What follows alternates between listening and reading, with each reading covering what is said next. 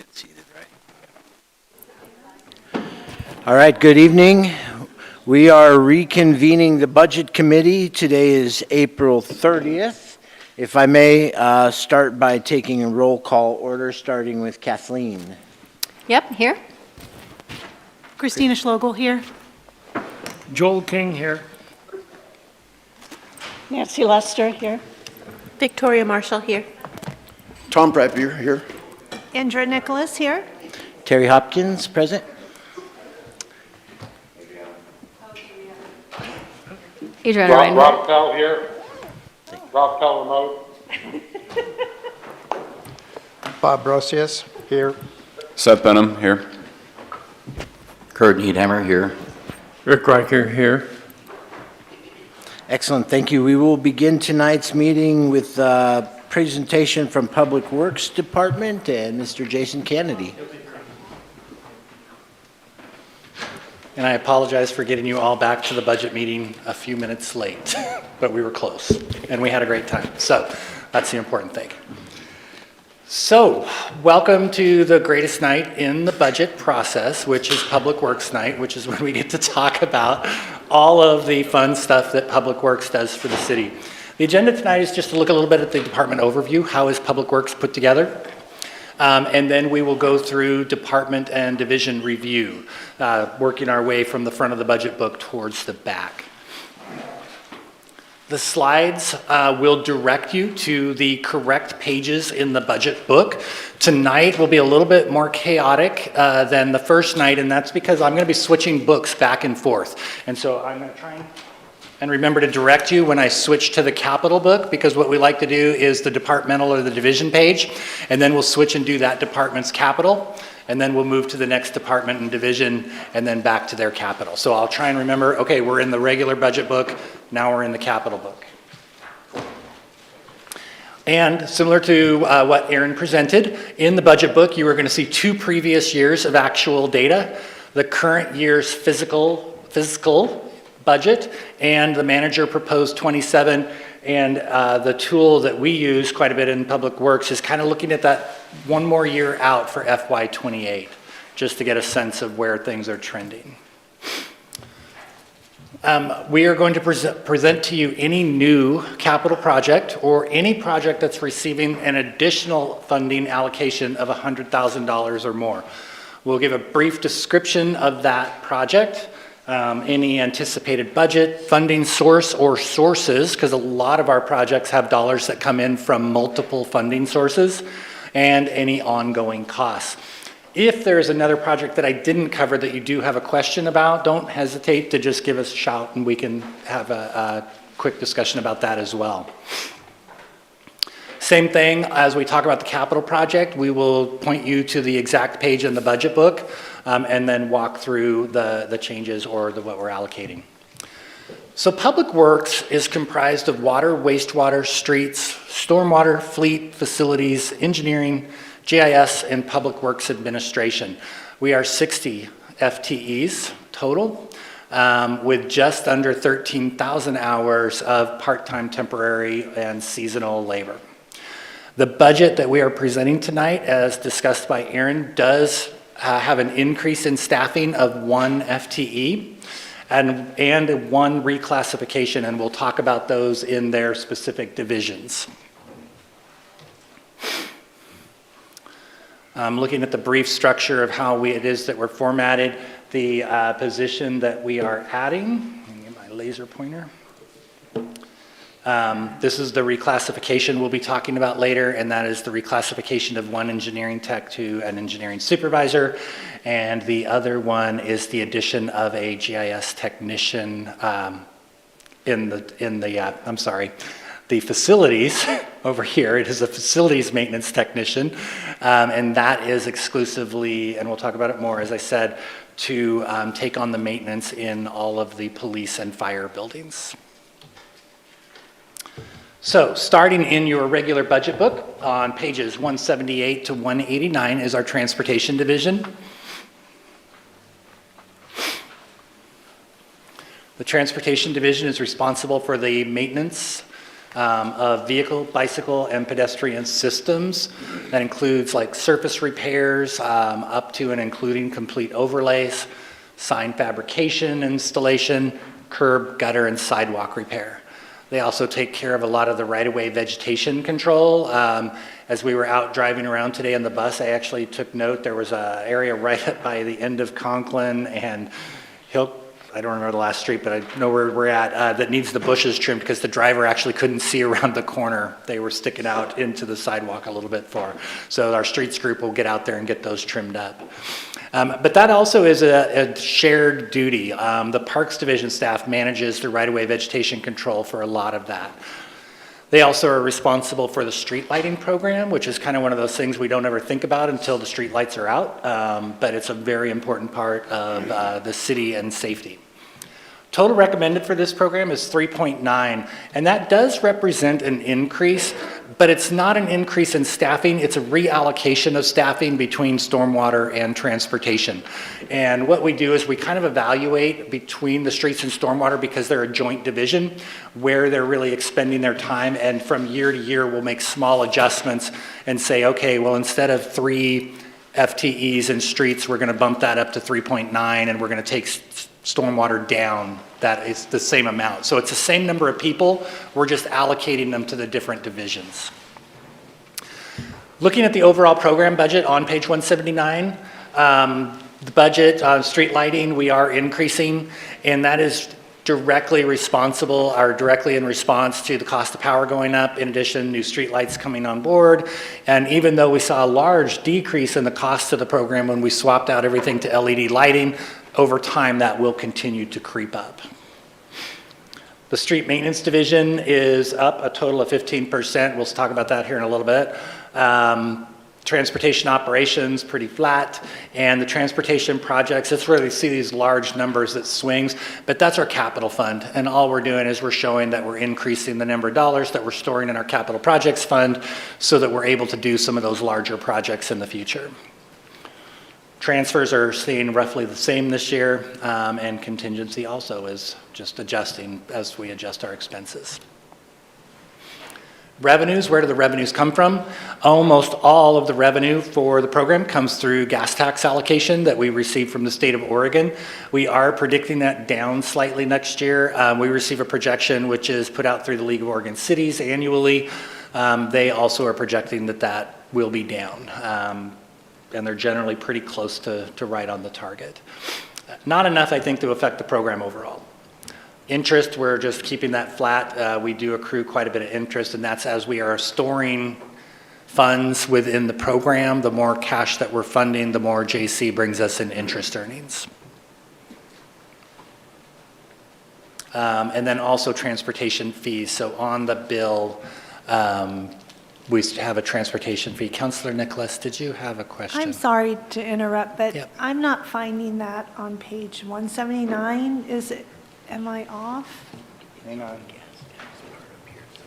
It is 179 in this book, Okay. not the capital book.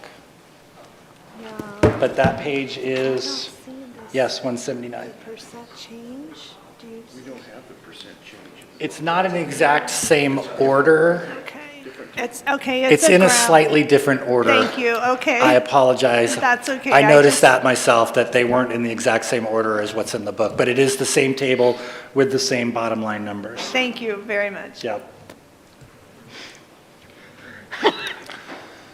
So moving on to the street maintenance budget, this is where the work is actually getting done.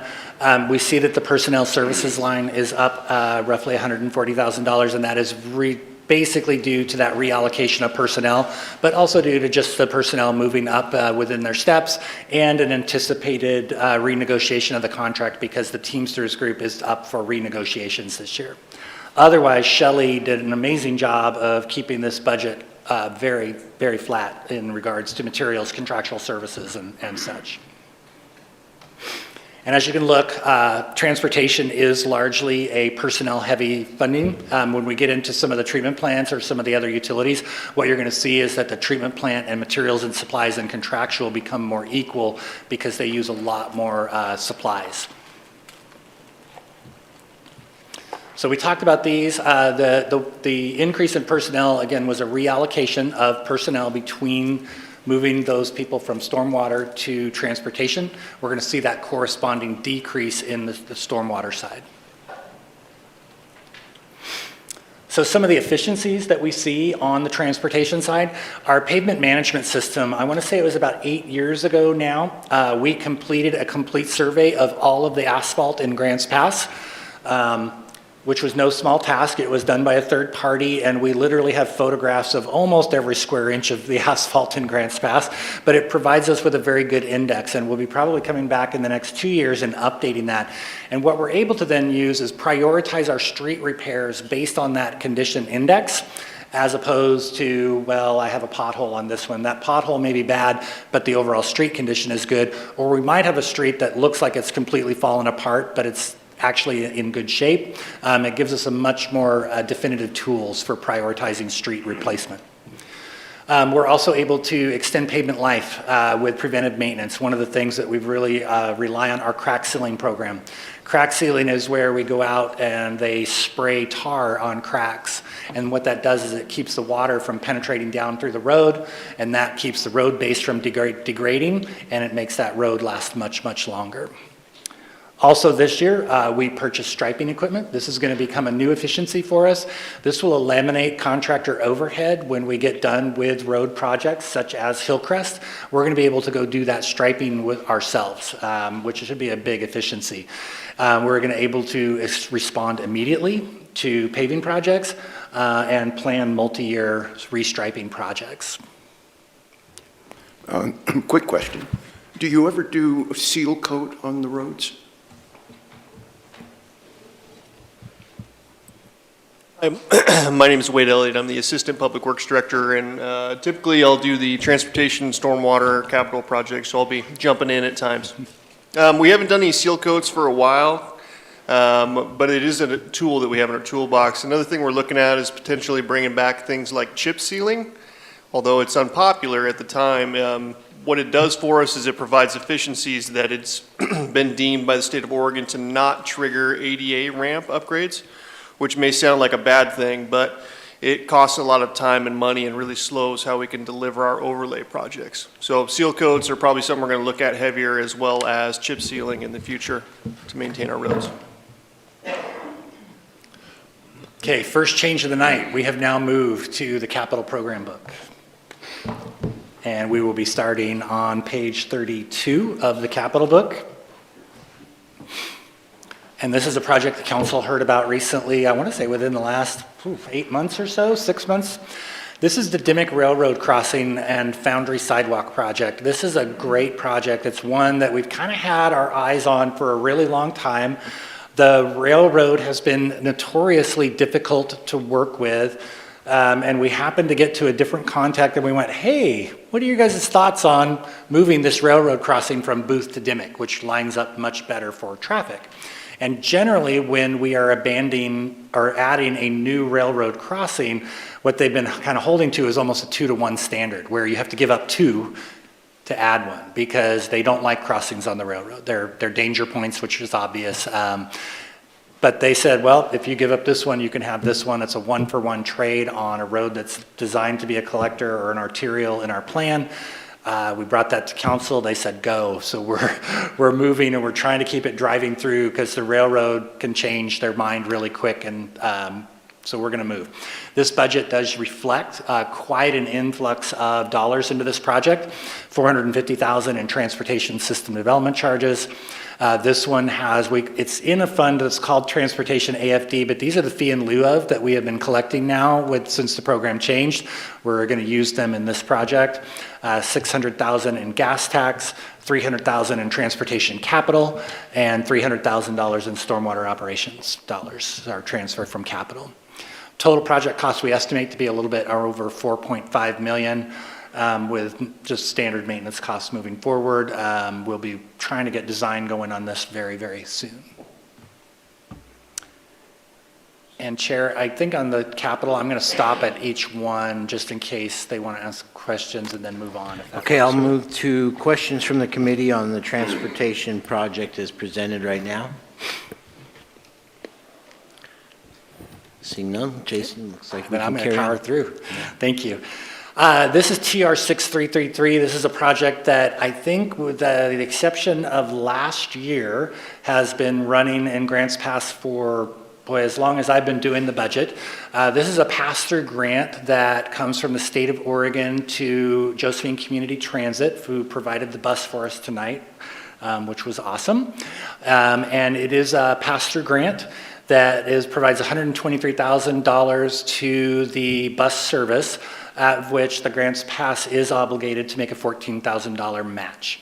Total project cost is $137,500 annually, but as I said, the bulk of that is a pass-through grant from the federal government to provide additional transit service in Grants Pass. And that was on page 33 of your capital book. And if we can we pause on that one? Absolutely. Excellent question. I'm going to start with Rick. Yeah. Thank you. So how does that get spent? Or is every time we use a JCT bus, it goes towards that, or what? As far as I know, it actually just goes into his operating budget, and it's spent like all the rest of his dollars. So it just helps to support the overall operation of the transit system. Including our vehicles and so forth? Including his vehicles and all of that, yes. Okay, thank you. So yeah, I just add a little bit. He's required, because it is a pass-through grant, that we have to do some state reporting too. Yeah. And so it's more prevalent on the routes that he's kind of adding because of these dollars. Thank you, JC. Any further questions on the 6333 project? Victoria? Yeah, I just wanted to clarify that it's all new routes and no new construction or buses or, If I just heard Thank JC you. correctly, 100%, it is mostly supporting the existing routes within the city. Yeah. Okay, any other questions? Go ahead, Joel. Thank you. Is this the total operating cost for the bus system? No. Well, and so where does that other revenue come from? Gas tax? I can't answer that for Scott and his team. They have lots of different sources of money. Some of it's rate supported. They get other grants from federal, So is state that funding. Is that a This is city just organization, or is that a private organization, or? Southern, the Josephine County, or Josephine Community Transit. Yeah. No, they're part of the county, but they are like an independent agency of the county. Independent agency of the county. Okay, thank you. Great. Any other questions? Seeing none, I'll ask you to carry on. Overlay maintenance, TR 6372, this is on page 36. And this is just one of our ongoing projects. This project is where we store dollars to do overlays and major maintenance on our streets. We are recommending a $800,000 infusion into this project. And you'll see that total estimated project cost of $6.47 million. That's not for any one street. That's just kind of the cumulative dollars that have flowed through the project. And it does lots of street segments all over town.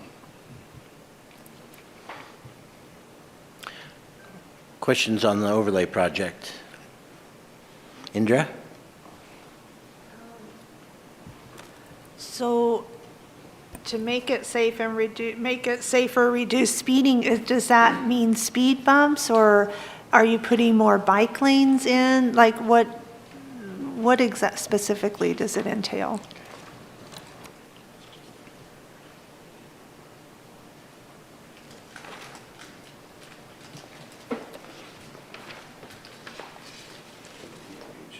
I think you lost Wade.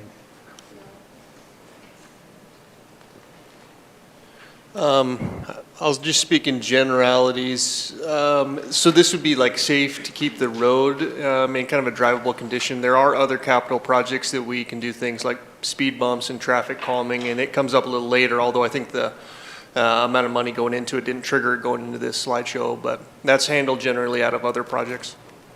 Okay, so this is just overlay of the road. I thought he said bike lanes and all, so that's what sparked my interest. No, this is just for overlays and maintenance. It may include restriping for a bike lane if it was needed as part of an overlay.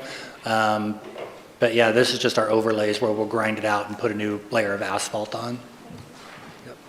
Victoria? on page 36, the gas tax. Yep. can you explain to me the reduction from 26 to 27? Is this just what we think will come in from that, or is that going to be, oh, go ahead. Well, Thank you. I was just to say, I think it's a combination. Just last year, we did, the previous years, we did a lot more work. We had a little bit more in revenue potentially, so we put more money in this fund to do more work. This year, we're spreading those dollars out a little bit more, so we're only adding $800,000 to the project this year. Next year, we're slating maybe a little bit less, $775,000, but that may change depending on the streets that we need to overlay and the actual revenues. Thank you. Any other questions on 6372? Okay. Page 37. This is bike pedestrian river crossing, TR 6373. So this is to identify a potential bike pedestrian river crossing to improve north-south bike crossing and to have additional options. If you have cycled much, crossing the Rogue River on 6th or 7th Street bridges is terrifying on a bicycle.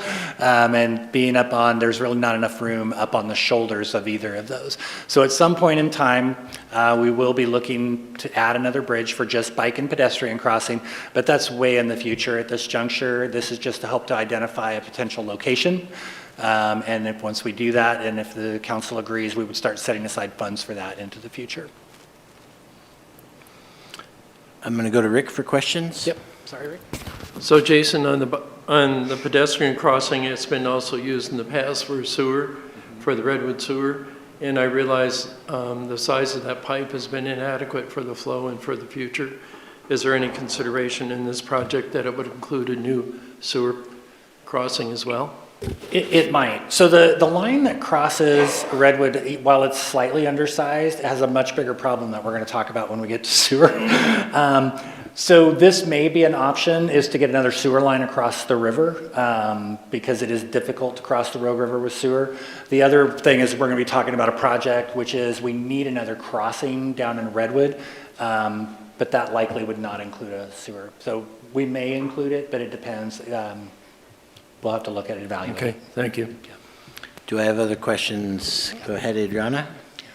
Is this on? Can you hear me, Jason? Yeah. Okay, so this just says to identify the area. Yep. So we're setting aside hundreds of thousands of dollars just to do a study, is that correct? And then eventually we'll set aside money for the actual And implementation? right now, we're not showing that we're going to be spending much money. It looks like about $50,000 is all we're anticipating. We're just loading some, and I believe they're bike dedicated funding also that we have to use for bike and pedestrian projects. We're just putting them in that project to hold, and then we'll spend about $50,000 on a study at some point. Okay, so 50,000, and then the rest of the money will maybe go into a Just it will different, continue to accumulate in that fund for the project? for the project. Yes. Any other questions? With that, Jason, if I may, I do have one. It tails on Adriana's, the 50,000's for the study. But when we look at that allocation of bikeway fund at 165, what's the source of income for a bikeway fund, and is it restricted to only bike? It's gas tax, but there is a requirement that we use a certain percentage of our gas tax for bike and ped projects exclusively. It's part of the requirement. Thank you. And when the time comes to build an additional vehicular bridge, if that includes a bike lane, can then we peel off from that fund to support I part would of think that? so. I'm looking to Wade, but I would think that would be appropriate. That, but Yeah, I think you're right on there. So this would be pretty flexible, and like Jason was talking about earlier from Councilor Riker's question, this could get moved down to like the Schroeder area because we need another sewer crossing. Yeah. Or maybe we'll use it for the fourth bridge crossing as to beef up those pedestrian and bike facilities there. So it'll be pretty flexible. Thank you. Any other questions? Okay, Jason, I think we're good for you to carry on. Excellent. One of the great projects we got to see tonight was Hillcrest Drive, page 38 of your capital book. And this is the reconstruction of Hillcrest Drive from 9th to Beacon. We are adding an additional $250,000 of gas tax to this project, and that will complete the project. We were just a little bit short for this year. Okay, pause for questions on Hillcrest. Seeing none, I'll ask you to carry on. Project TR 6426, Foothill and Agnes Roundabout. This is page 41 of your capital book. If you drive through that area very much, it is a very awkward intersection to get through. Multiple lanes with just being controlled by a four-way stop. It's confusing. We believe that this may be the best location for a future roundabout to get traffic through that area very smoothly. This is recommending $300,000 in gas tax for this, and as you can see, we are just accumulating funds there for that future project. I'm going to move to questions on the Foothill project. Victoria? Was there any discussion of just a traffic light here, or is there a reason the roundabout's being chosen or talked about? Thank you. Sure, yeah. You could have, we all know that it doesn't function very well as it is today because there's multiple lanes in a few of the legs of the intersection, so that doesn't lend itself real well to a four-way stop. We could have done a traffic signal, and it still is an option. We have procured some right-of-way already that would fit the footprint of the roundabout. Typically, roundabouts are best served on kind of the interface zones that to sort of differentiate between the urban area and the rural area. So they'll work as kind of a traffic calming measure as you get into town. If you think of some of the ones over in Medford, like on 140, that's sort of why it's there. So as you're coming from Klamath to Medford, you'll slow down around that roundabout and then enter an urban zone. So we think it's a really good location. The long-term maintenance of roundabouts is typically less than traffic signals because there's just less things to break. And they're also pretty good with pedestrians. So that's why we're doing it. So as a follow-up question, when you do a study for a roundabout, I'm just thinking of the industrial park and increased traffic. I know the roundabout on 140 is fairly heavily traveled, but I'm just thinking this one might even be more so. So is there a traffic study that will be involved there? Yeah, and we've already conducted a few of them. We've had a few peer reviews as we've advanced the design. For example, it's going to have a mountable apron in the middle of it because we know that there are some triple trucks that go to the UPS up on Foothill, so we've taken all that into account. So it'll handle the volume as well as the larger trucks for the industrial zone. Tom? It looks like in the drawing that the upper right is the ODOT yard. Did they donate the right-of-way? It is still in the works, but yes, so in concept, they've agreed to it, and what we're doing is we're going to take over the jurisdiction of a small section of Foothill, because right now, they actually own a little piece of it from basically the intersection of Agnes up almost to where you'd go in for the BMX track. So we would take over jurisdiction of that, and in exchange, their right-of-way division would donate the right-of-way. So it's in the process, but it's bogged down in state stuff. But, yeah. You good? Next, I'm going to go to Rick. Thank you.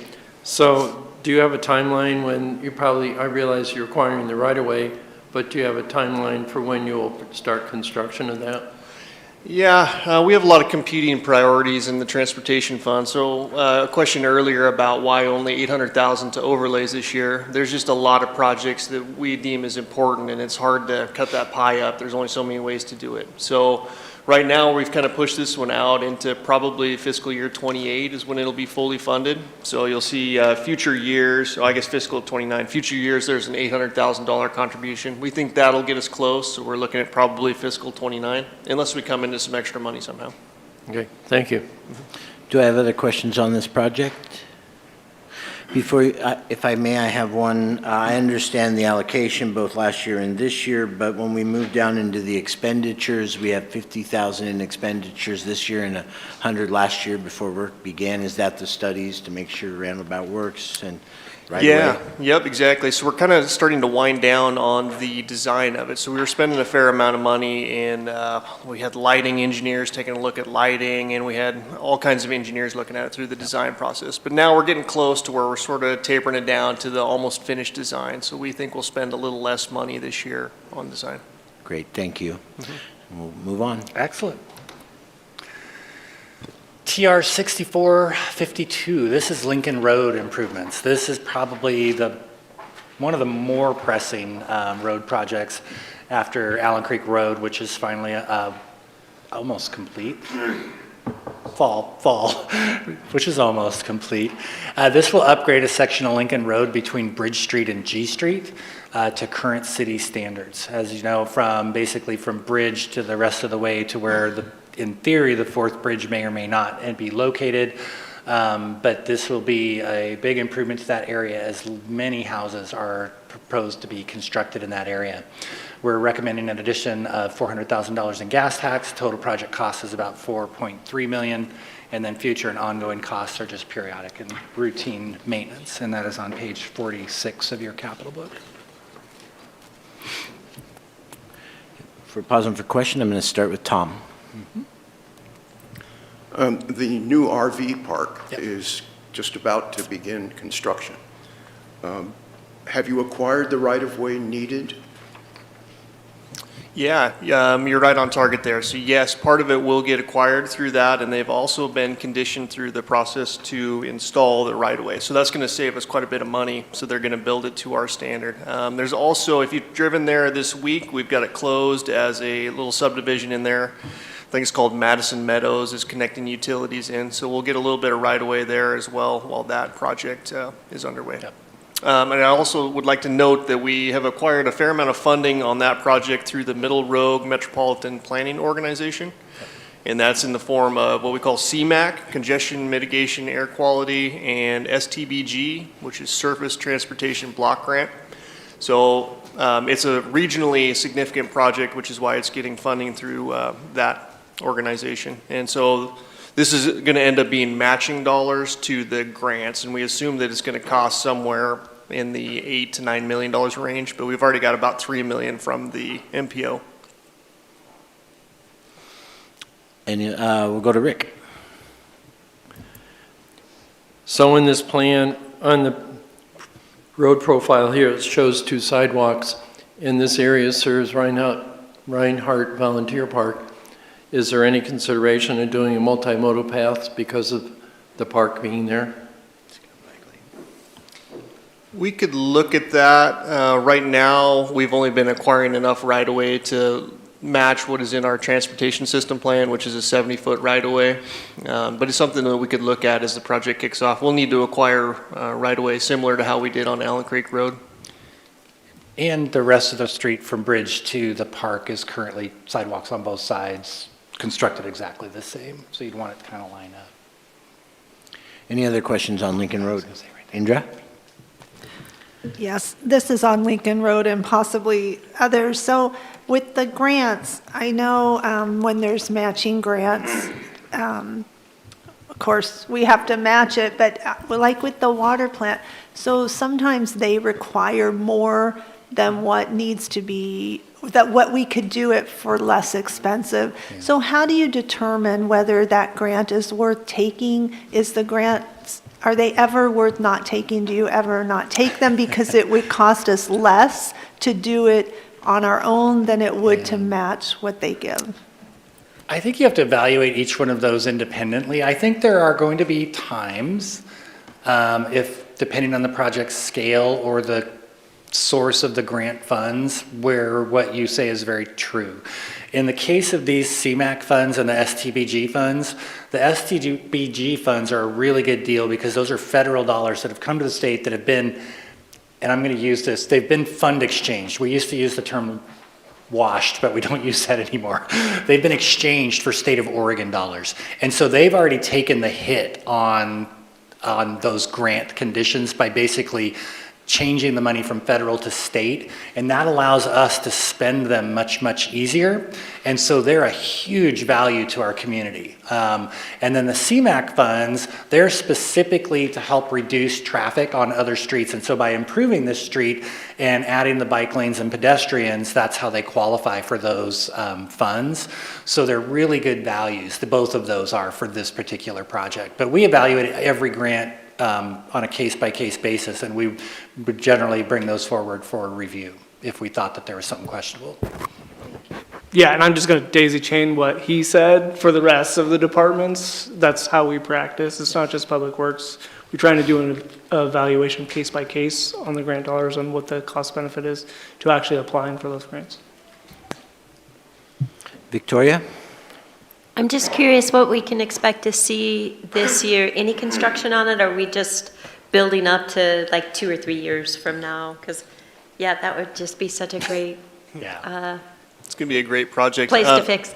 Yeah, this project is going to take a long time. ODOT, not to get too into the weeds with ODOT, but with their funding shortage, they don't have a lot of capital dollars themselves. So when we use some funding sources, specifically federal ones like CMAQ, we have to use a certified local agency to deliver the project, and we are not. I believe Medford just got certified for a lower tier of it, but they can't do a full project.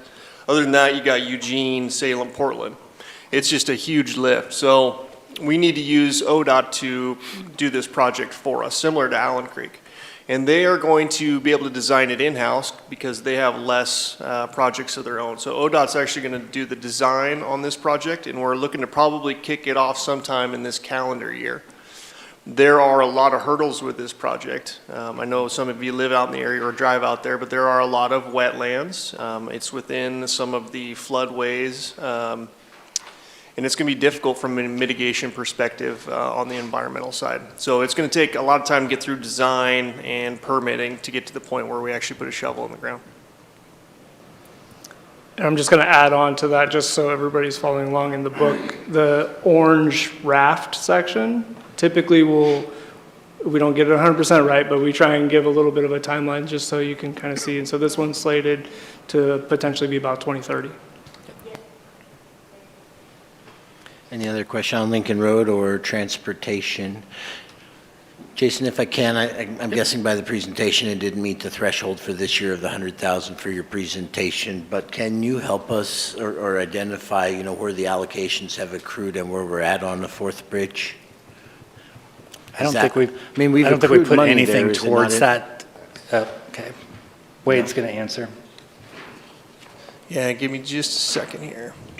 So we have project TR 6432 is the fourth bridge refinement study, and we put 50,000 to it. So last year we did 150,000, so we talked about it, but like I said, had a lot of projects this year. Page 43 for everybody else. Yep, sorry. Yeah, Thank page you. 43.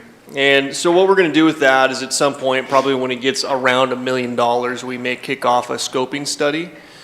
Part of the reason that we did Allen Creek Road and then why we're prioritizing Lincoln Road is because those are two major arterials. And then the theory would be that then we can put in the fourth bridge to connect those two, and we have already built up roads on both sides. So that's the grand plan. We're also doing a study with ODOT that's going to enter into the design or the study phase here this month, and it's going to look at the South Y a little bit and how Redwood Avenue, Redwood Highway work. But the important thing is they're going to add the fourth bridge in for the last time. Before that, they would never really look at it or acknowledge it. But this time they're going to see what the fourth bridge will do to the traffic on that side of the river, which could add some urgency to us to do it, or maybe it'll put it more on the back burner. But we do have that project, and it's ready to go when we get about $1 million to do some studies. Thank you for that, and thank you for letting me go off script No, a little bit. absolutely. Well, and the key is, we all know the South Y doesn't quite function, especially as traffic continues to increase or we get around fair time and some of those others. But everybody also acknowledges that fixing the South Y it's scary. We're not sure how to get there. So that's why the ODOT agreeing to include the fourth bridge as a potential and then modeling how that does, because what it may be able to do is take that traffic from the South Y and move it farther downstream and take it out, which then buys a lot of time for the South Y. So. Okay, thank you again. Unless there's anything further, let's move to stormwater. We're like 1/7 done. We're flying through this. So stormwater program, pages 190, and we're switching back to the other book.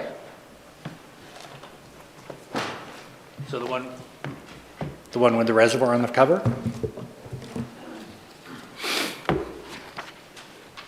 And then I went backwards. So stormwater program is fairly new for us here in Grants Pass. Stormwater was always treated as kind of just a secondary utility. It was kind of one of the things you sort of addressed when you were putting in a road or something like that. But this program is responsible for the repair and maintenance of surface and subsurface drainage. and the Municipal Separate Storm Sewer System. So that's what MS4, every time we say MS4, it stands for the Municipal Separate Storm Sewer System. We have a permit through the DEQ that we have to maintain, and it's pretty stringent, and it dictates the quantity and quality of the water that has to discharge to the Rogue River. They are responsible for our street sweeping contract, and so you would think, wait a second, streets, that feels like a street thing, but by moving it into stormwater, we're keeping all of that dirt and debris from getting into the stormwater, which is ending up in our streams and rivers, which we don't want. They are responsible for vegetation control and all of the drainage structures, and also the intergovernmental agreement with Grants Pass Irrigation District. They help to maintain that. And the recommended FTEs for this program this year is 3.43, and that is a decrease from the previous year. And so when we look at this budget, what we see is a bunch of red, which means that those numbers are lower. So the overall stormwater maintenance program is down by 110,000. Stormwater operations overall down 11,000. Transfers are down slightly. That's just more of reallocation, what we're expecting in revenue and where those dollars are going. Same thing on contingencies, and those are just matching the operations dollars. As we look at the revenues on page 191, you'll see that our beginning balance is pulling that down, and that's just because we're getting it down within the fund balance policy. And our stormwater fees are expected up just slightly. And our stormwater projects, so these are the dollars that we're storing in the capital program, are up by about $1.1 million. And again, that's only reflecting that we're accumulating dollars in projects. It's always frustrating in public works. We want to go out there and get all this work done, but we have to spend years accumulating resources on these individual projects to be able to get them to be funded. Looking at the stormwater O&M budget, this is where the work is getting done. Personnel services down by 72,000. Again, that reflects that reallocation of personnel from stormwater program to the transportation program. Same thing, materials and supplies is flat. And then the other side, the direct charges, what we did there was we did a reallocation and a reassessment of the replacement schedule on a lot of those vehicles, and so we were able to change that schedule and lower that number by a fair margin. This is another personnel-heavy program where the bulk of it is personnel and contractual. We do a lot of contractual work within there where we contract out the work as opposed to using our own personnel. I think we already talked about those. So some of the efficiencies in the stormwater program, the addition of closed-circuit television van to perform routine inspection. We've been doing this on the sewer side for years. I want to say 2 years ago now, maybe it's been 3, but it goes by so fast. We did add a closed-circuit TV van just for stormwater. This has been amazing. It has allowed us to map and document deficiencies within the system to help us prioritize where those capital projects need to happen. It also has become super highly integrated with our GIS and our computerized maintenance management system to where when we're out videoing it, it's linking those videos right to those sections of pipe, and our teams are able to go in and click on those sections of pipe, watch the videos, see the reports. It's really been a great efficiency for us. The other thing, and I bring this up every year, and probably at some point we'll have to drop this from the list, but the dedicated funding, council took the bold step to create the stormwater utility, and we were grateful for that because, as I said before, stormwater was always kind of the forgotten utility. They got the dregs of the money from the transportation projects. We weren't really focusing on system maintenance. Barely would we ever do some reactive maintenance. Now we're able to, with the funding provided by the stormwater utility, we are able to increase the capacity of key stormwater pipes. In addition, we're able to get out there and proactively maintain all of this pipes with the same type of equipment that we're maintaining our collection system with. It has really gone from a very reactive system to proactive system, which over time will save our citizens a lot of money. And we're going to switch books again. Unless you have questions, I think I have one about the from operations Rick. costs. If I can go down to Rick. Jason, you mentioned in your governmental agreement with GPID. Yeah. Is there a cost involved with that, and where does it appear on these sheets? It gets hidden within the operations budget. It goes up roughly, if the CPI is over 3%, it goes up 3% a year. But it goes up by the cost of CPI. This year, it's approximately $110,000 in the operations budget. It shows up in the operations budget, so you don't see it as an individual line as a transfer to GPID or a payment. We just write them a check like they're a vendor. But it does go up about 3% per year for the shared use of a lot of the facilities. And that was the agreement that was agreed to. And I want to say that's been close to 10 years now? Yeah. It's getting close. Okay, thank you. Any other questions on stormwater operating before we move to capital? Okay, thank you, Jason. We'll go on. Okay. Your books are going to get a workout tonight, both of them. So DO 6353, this is on page 57. This is our emergency storm drain project. It's just a capital project that we keep open to do emergency repairs when they pop up. Because generally with stormwater, when it happens fast. Once the rain comes and the water starts hitting there. So this year we're requesting an additional $185,000. The total project cost is unknown just because we'll leave this open for a while, do a bunch of individual projects and just responding to emergency failures in the stormwater system.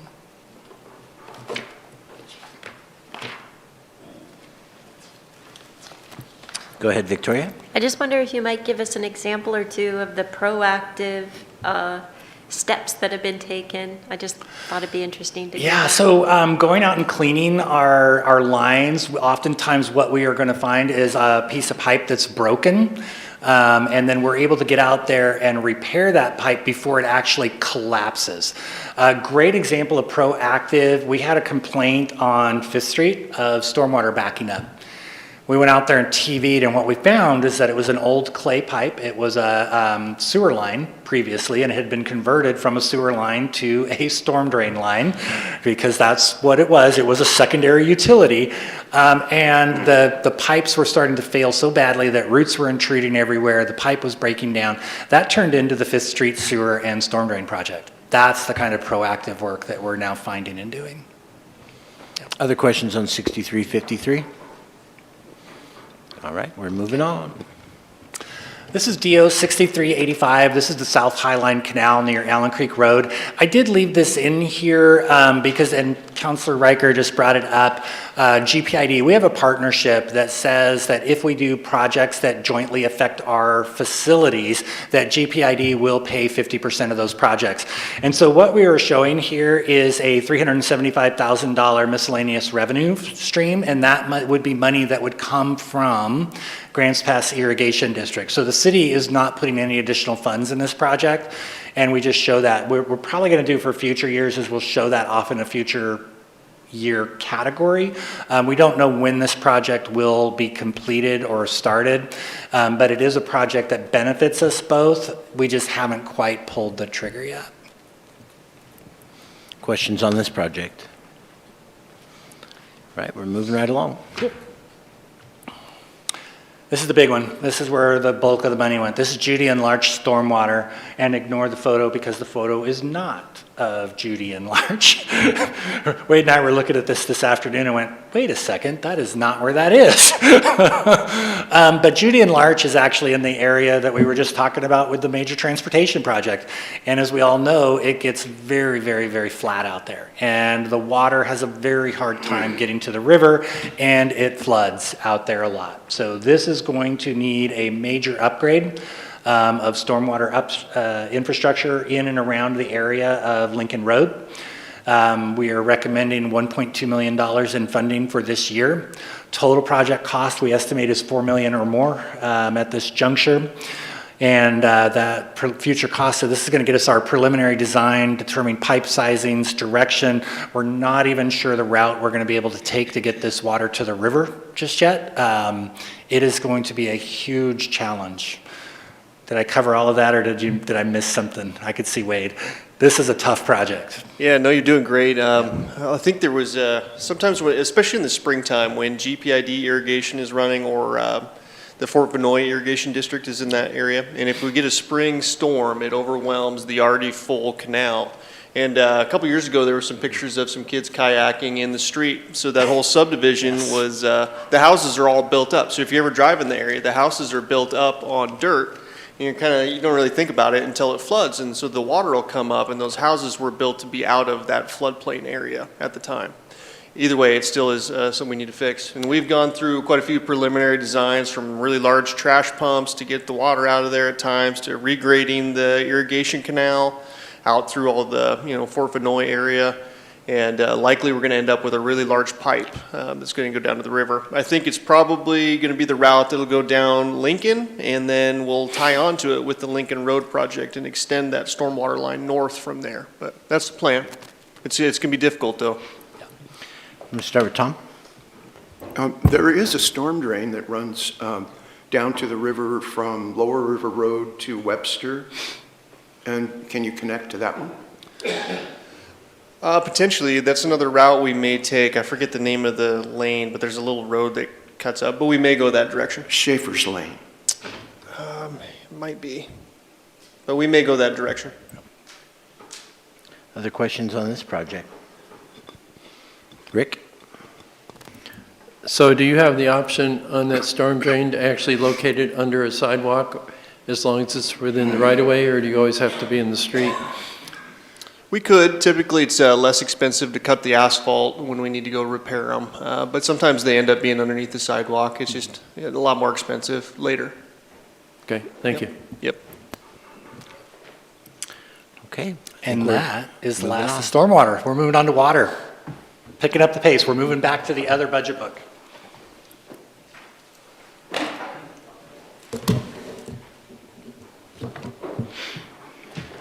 And this is pages 200 to 215. So water is comprised of several divisions: water treatment, water distribution, which now houses our water meter reading program, our water debt service, our general program ops. And if you remember from last year, when we brought the meter reading program forward to you, we actually housed that within the general program ops. One of the changes you're going to see in the budget this year is we actually are moving that from program ops to distribution, which we'll talk about more. It just made a better fit from logistics and tracking standpoint. And then our water capital construction funds. So the water division is responsible for pumping and treating more than 2 billion gallons of water from the Rogue River annually. They distribute, meter, and bill for that water that is provided to all of our customers. They monitor and report on water quality. They are responsible for our cross-connection and backflow program, and I know I talk about it every year, but that is one of our most important programs that prevents contaminants from inside other people's houses from getting back into our system. I will say when we get to distribution, we're going to talk a little bit more about backflow because the cost for that program has increased quite a bit in the last couple of years. They also maintain all of our treatment facilities, pump stations, and reservoirs, which now comprises 13 pump stations, over 53 pumps ranging in size from 40 gallons per minute up to 2,300 gallons a minute. So quite a variety of pumps out there. We now have 9 reservoirs in service. It was on this budget book. Our newest one, Reservoir 16, made the cover of the budget book. Thank you, JC and team. That one came online. It was a challenge to build, but has really improved water quality and the ability of us to provide stable water services to all of the properties in Meadowood and Panoramic Loop and beyond. Amazing the difference it made to their service level. And over 191 miles of distribution piping ranging in size from 2 inches through 36 inches. They also have our customer service and meter reading, meter leak checks, ons and offs, and all of our billing questions. Our customer service group, headed by Kimberly, sitting back there quietly, is amazing. I always tell people if they have an issue, call in because we will fix the problem every time. They're a great group of people. This year, there are no changes in the program except where those personnel have been allocated. So we'll see a little bit where we'll see personnel costs go down and then up, but there are no changes. 6 FTEs at the water treatment plant and 9.34 in the distribution. and 2 heading up our meter reading program. And yes, 2 people can read well over 12,000 water meters every month. It's pretty awesome. So looking at the overall program, water treatment budget is up slightly, $200,000 this year, $277,000. Water distribution is up a lot more, and we'll talk about the reasons for that. And a lot of it has to do with moving meter reading over there, but not all of it.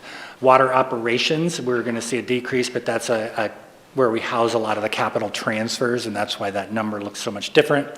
And then the water projects looks shockingly large this year, and that's again a function of the water treatment plant being well under construction.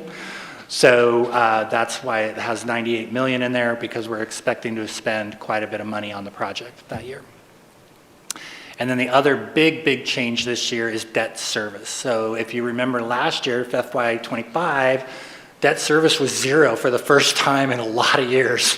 And then this year it went up to 540,000. Well, next year it goes up to 3.2 million. So that's a pretty big jump. And that's one of the reasons you see the big drop in the water operations is because our capital transfers had to decrease.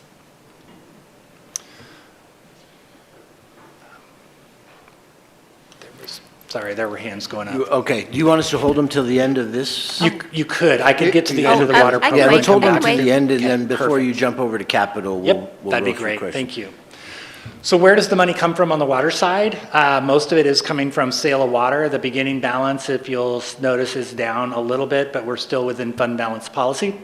Sale of water, the revenues are projected up, and those will continue to climb for the next 2 years because council did make that very slight adjustment to ensure that we will maintain our debt coverage ratio for the next 30 years. Looking at everything else, it is flat, pretty much through the revenue stream. And then the one thing you will see that's a little bit different, direct charge to wastewater general program ops. And so what we had done when we started the meter reading program is we had allocated those personnel 60-40 to water and wastewater. The reason for that is wastewater charges are also directly tied to the amount of water that you use in commercial in particular. And so they get to pay a portion of that meter reading. But when we pulled those out of the general program ops, we didn't have a way for the money for wastewater to contribute. So we now just direct bill them for a portion of that fee that comes in on the revenue side. And then also we're receiving a transfer in as a revenue from transportation. And this is a funny one. I'm going to say it and Wade's going to correct me when I get it wrong. We put water dollars into a transportation project on Hillcrest. As the project went forward, we ended up not doing the water portion of the work. And so the transportation program is now paying that money back to the water for that work that wasn't done. Did I get it? Yes. We gave you the thumbs up. Nice job. We had to talk that one through a few times. I'm like, wait, what? So looking at the water treatment budget, this is just the water treatment plant. Personnel and services are up about $80,000. Materials and supplies also up. I'm going to get into the specifics later, so I'm not going to go into them. And then contractual, it took the biggest jump at $134,000. We're just seeing all of our costs for all of our divisions increase, especially when we have to buy materials and services from others. The costs have been going up. Overall, held a 10% increase, which not great, but could have been much, much worse. This is one where I want to start to notice when we see this, our personnel services now is not 60% of the budget. Now what we're looking at when we get into the treatment plants, personnel services is less than 40%. We're about 35. Contractual services then makes up 40% of the budget. That's for our power. That's for our contractors doing hauling our services and things like that. And then materials and supplies is the next 20%. And that's where we're buying our chemicals and various repair parts. Those major adjustments, 83% or 83,000 in personnel services. This is staff moving up. We haven't changed anything. And also anticipated negotiated increases. As I said earlier, the Teamsters are up for negotiations this year. So we have put in a placeholder of what we think that will be. And then also we have increased our temporary services, so those number of hours that we have in there. And that is just to be able to free up Adam's staff to be available as we start bringing systems online at the water treatment plant. They really need to be involved as the primary equipment's being placed, as that primary equipment's being started, because when we start bringing all that equipment online, they need to be intimately acquainted with it. Contractual services, $134,000 increase, which is pretty sizable. What we saw was a pretty large electrical increase. And you don't think about that being a big deal, but until your power bills are $30,000, $40,000 a month in the summertime, and then a couple of % increase makes a big difference at the end of the year. Also, our contract hauling and pump rebuilding services have increased in cost dramatically. Moving to our water distribution group, this is the people out in the field doing our day-to-day work. This one, we see a big increase in personnel. That's the 32%, and that's on page 207. That, again, is a function of the meter readers being moved from general program ops into this budget, but no, we are not paying them $300,000 a year. That also is existing staff moving up through their steps, the same anticipation of a potential increase through the bargaining process, and just normal increases. Materials and supplies are up 82,000, contractual professional services 89, and then direct charges are 39, and this again is reallocation of charges where we used to have a lot more in direct or in contractual. We moved those from contractual to direct. I want to say last year, is that correct? And then this year we're just kind of settling in on those. Personnel, this one is mostly all personnel. These are the guys out in the field doing the work, the guys and gals out in the field doing the work, and pieces, parts. So we talked through those changes. I did want to stop and talk about materials and supplies. These guys put a lot of water services in. Copper is incredibly expensive right now. Most of our water, or a lot of our water services utilize copper. We have had an increase in all of our costs used for distribution, where they use a lot of brass, and brass is made primarily out of copper. And so their costs have increased quite a lot. In addition, we moved the meter reading in there. Well, they also have needs for materials and supplies, so we bumped that up. And then also last year, we talked with Craig and we said, boy, it looks like you're hitting really close to the mark. Should you increase your budget? And he's like, no, I think I'm good. And so he held his budget last year when probably he should have had a smaller increase there, because then it wouldn't have looked as drastic as it did here. And then backflow, I said I would talk about this. Our contract for backflow this year, we rebid. We had 2 bidders. The bid came in higher than the fees that we collect to pay for the service, which was unfortunate. It's the first time that's happened. So we've been right at the nice break-even point. At some point, we're going to have to reevaluate the cost of the program. And how we've handled backflow in Grants Pass is we charge a small fee on the utility bill, and then we take care of your residential backflow device for you. We contract those services out. We have somebody come out, make sure that they're tested and operational because of the value that it provides to all of our customers. But this year, the price took a major, major jump, so we'll be doing a lot of discussion on what that looks like moving forward. Sorry. Water debt service, we kind of talked about this at the very, very beginning. We just see that the price has increased. We adopted a budget with $540,000 for the first year, and now our first payment in 27 is going to be 3.2. And as we spend those resources, that will increase. I think we're going to top out at $4.5 million, $5 million per year in debt service costs. And I did note this, and it was on the wastewater too, but in page 345, if you are interested, all of the debt services for all of the outstanding debt of the city is on page 345 in the appendix. Lastly, or getting close to lastly, here is water operations. This is where I told you we did load our meter reading services into initially. It seemed like the most logical place for that. We did pull all of that out, which is why you see a lot of those negatives there, where the personnel costs came out here and we reallocated those to the other departments. Same thing on direct and indirect, but then the other big one is the transfers, and what you see is that transfer dropped from about 6.7 million down to 2.6, and that is largely, again, responsible because of that debt service payment going from 500,000 to 3 million. So because of that, we have less money to transfer to capital.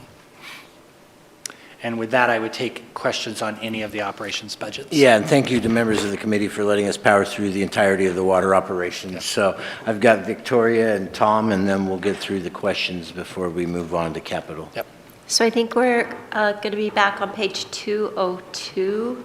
I'm not certain about that, though. That's just where I had the question. Yep. So you talked about the meter reader, and we have to, I just remember, it may have been in the budgeting last year that we decided to do in-house rather than contract out. Yeah. And, but, so there was more in this line item. Yeah. Is there less in another one? Because I remember from budgeting last year that we were anticipating that it was going to be a lot less. Yeah. And so that's where you're seeing this. So we Oh, did 210. have 105 loaded into water operations, and then another amount that we're going to see when we get to wastewater. So this represents 60% of that personnel cost. And then we ended up pulling that cost out of this budget, and now it's moved over into the water distribution budget, which is why we saw the personnel costs, hang on one second, right here, part of the reason that it increased. Now, the 377,200 of that was probably related to normal increases for employees moving up through their steps, through negotiated salary increases, 110% or 110,000 plus the portion that was in wastewater, which was, if 100, I'm going to get the number wrong, we'll have to move forward, but there was a large portion in wastewater, so both of those now hit this budget. So this one had an increase, the other one saw a corresponding decrease. The price we think is, we thought we might have to get a third when we were talking about the program. The two people can read all of the meters and have spare time to help out with Craig's work in the distribution system. So now they're going out and assessing all of our meter boxes, figuring out which ones need replaced. They're able to go out and change out meters for us. It's actually turned into a full service operation. We are thrilled with how it's gone. Eli and Benjamin, thank you, it totally just slipped out of my mind. Those guys have been out there finding issues in the system that we didn't know existed. And they're bringing those in, and we're able to get on top of those and get them fixed. They've found multiple services that were being billed or not billed or billed incorrectly. And then we're able to find those and get right on those, which then greatly affects the amount of revenue that's coming into the city. So it's been a win. Yeah, well, I remember anticipating, maybe, like I said, I think it was from budgeting last Yeah. year. But could you help me again understand which fund that we saw decreased? Yeah, so that was the page 210, 210. water operations. Okay, We saw a decrease of 105,000, which is only 60% of the salaries for those. So there's another 40% we're going to see when we do the wastewater operations budget. And those both went down, and then that was Okay, loaded good. into the corresponding distribution budget. now I understand, thank you. We had to do the same thing as we chased it back and forth. It was complicated. 226 is where the other one is. JC's reading this ahead for us. We're going to move over to Tom. Yep. Jason, my question, excuse me, my question is on page 202, the program financial summary. Yep. And you mentioned the big increase in debt service, which is shown here again at 3.2 million. Yeah. And then in the revenue side, there is a special payment in from the URA. Yep. Would you explain that and its relationship to the debt? So when the URA was formed, and JC is probably going to have to jump into me, debt service was identified as one of the key projects in paying up to 18% of the debt service on the water treatment plant. Now, it doesn't look a little bit different, but it is here. I know that when we issued the bonds, we had to go through some financial gymnastics to roll all of the urban renewal payments out of our budget and then roll them back in a little bit differently. But the Urban Renewal Agency will be paying 18% of the debt service payment for as long as it is in service. Yeah, and what I see is 437,000. Yeah, and that will increase slightly as the debt service payment ratchets up a little bit During the year or in future years? in the future years. Yes, so to add on to that a little bit as informational pieces, we did get a specialized attorney that deals with URAs and the actual debt service issuance. And so they determined that the $56 million that was in the URA's amendment plan was the maximum amount that the URA for Grants Pass could be indebted to the water system, which is $10.08 million in principal. And so when you look at the schedule for the new water revenue bonds, there's actually there's three schedules. There's the total debt service for the water revenue bonds, there's the city's portion, and then there's also the URA's portion. So it's very clear as to which pieces are the 18% of the total issuance of the revenue bonds. And our first 2 years of payments are interest-only payments, which are a little bit lower, which is why it looks a little bit low to begin with. But it's a 22-year lifespan based on the life of the URA in the future. So just to make sure I understand, there will be a transfer from the URA of 18% of the annual debt service. For the water revenue bonds, that is correct. Okay, thank you. Okay, other questions on water operation budget? Okay, if I could, I do have one. In the very beginning on the water projects, you know, that's ramped up. You explained the allocation of the water treatment plant. When we were on the Capitol tour today, we heard that hopeful that comes to life in 2028, but that drops off, and I might be a year ahead, but I mean, we go from 98 million to 38 million, so the majority of the work is done in the 27 budget as far as expense. Absolutely, yeah. When we look at our spending expense curve, one of the things we look at is how much money we anticipate spending each month. It's really important for JC as he schedules in when the money's coming in from the bank, so we have it to spend. Yeah, you get to the middle to end part of fiscal 27, and the bulk of the construction is done. So lately, we've been paying bills that are $3 million a month. Those are going to go back down into the hundreds of thousands. Excellent. Yep. Okay, I think we are moving to capital. Yeah. And we're going to switch our books again to the capital. And first project is the water treatment plant project, WA 6207. And that's on page 70. And this one, we're showing an additional funding recommendation of $200,000 of water system development charges, $2.45 million of additional water capital, and $1 million in interest for the project. Okay. I'm going to keep moving if you're good with that. Yeah, any questions there? I looked. I didn't see a hand pop up, but I looked. So Thank you. WA 6415. This is reservoir and pump station communications. I think we brought this as a new project a year or two ago on page 77 of your capital book. This is a very important project, and it's going to upgrade the communication equipment at all of our remote pump stations and reservoirs. We were hoping to fully fund it this year, but we forgot that we had to start making debt service payments, which shorted us $3 million in capital. So we were recommending $500,000 in water capital for this project, which will allow us to get the project mostly complete, another $500,000 for next fiscal year, and we will have this project fully funded. The reason that this is so important is all of our remote equipment was installed in about the year 2000, 99, 2000. It's reached the end of its service life. We don't want to move this end of service life equipment into the new water treatment plant with old radios and receivers. So we want to get that equipment upgraded prior to that moving over so that we're able to communicate effectively with all the remote sites. And we rely on the data from these sites to run the operations of the water plant. So that's the reason for this project moving forward. Rick? Jason, at one point, we talked and reviewed special equipment that shut off the systems for earthquake. Yep. Is that included in this? So it operates within this structure. We actually have, so what Councilor Riker is referring to, we participate in a program called Shake Alert.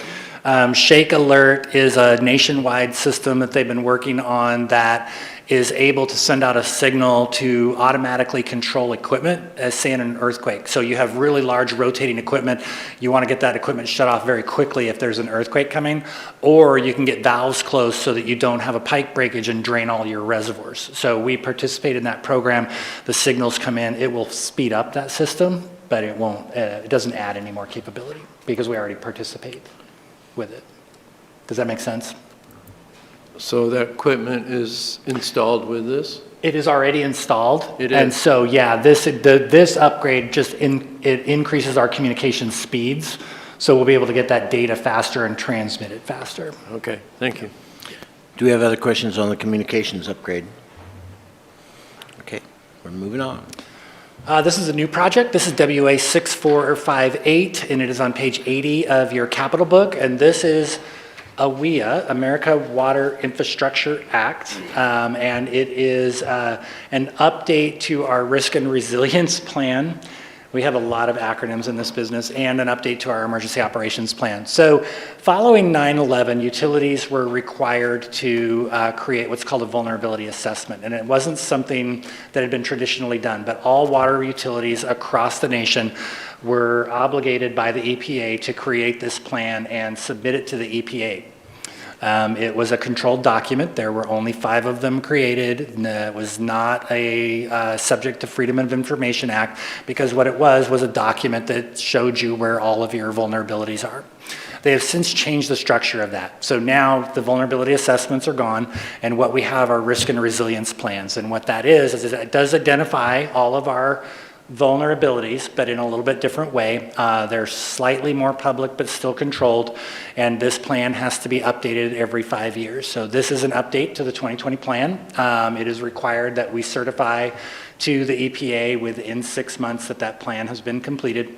We're recommending $100,000 in water capital, and that will complete both an update to the risk and resilience plan and the emergency operations plan. Do we have questions on the AWIA plan update? Okay, moving on. Okay. This is our last new project. This is WA 6460, and this is Reservoir 16, New Hope.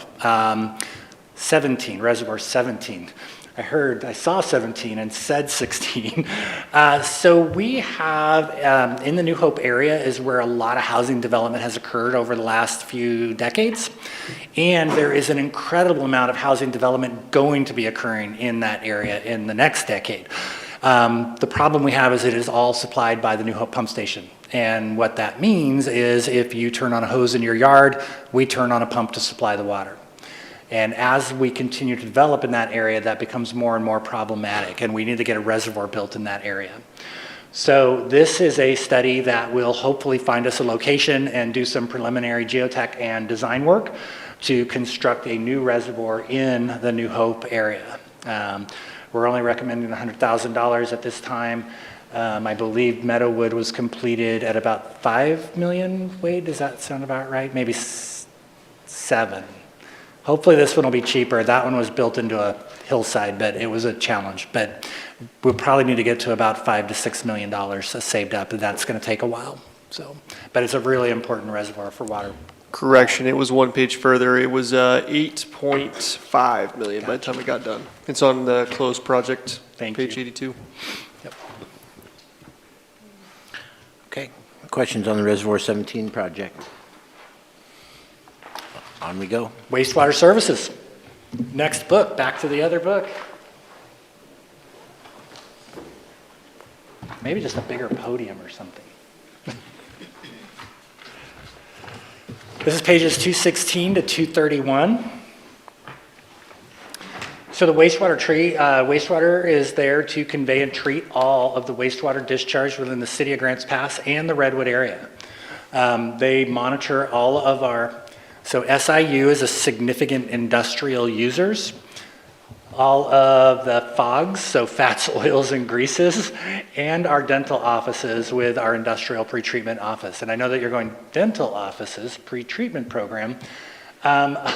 A lot of the dentist offices, a lot of the stuff that they use that ends up in a filling ends up down the drains.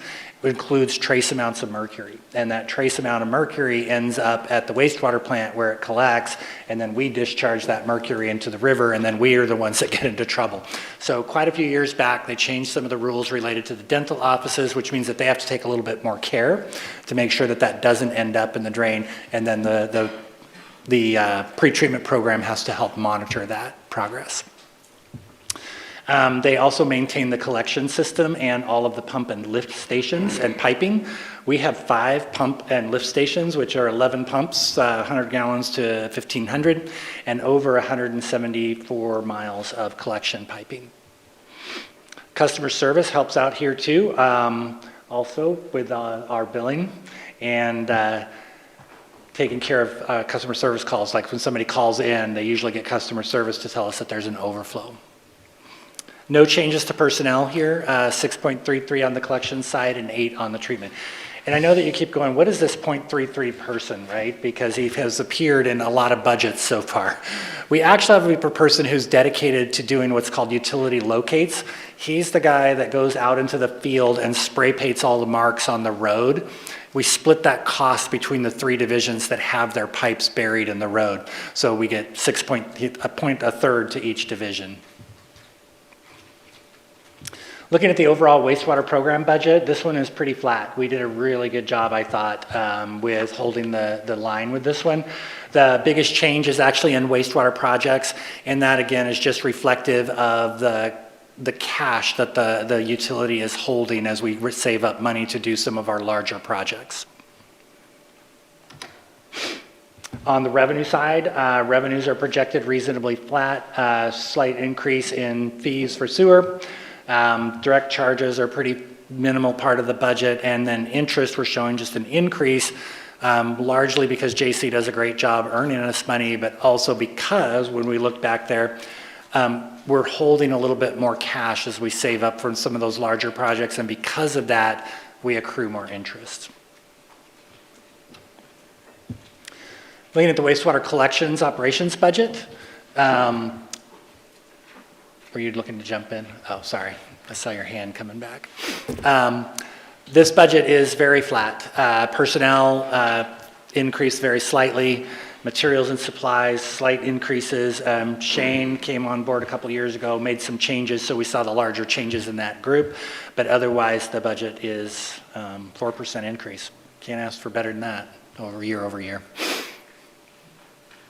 On this budget, this is almost all personnel. These are guys out in the field doing the work. They don't have to buy a lot of materials and supplies because we don't do a lot of the work except for cleaning and TVing and some minor maintenance and laterals and whatnot.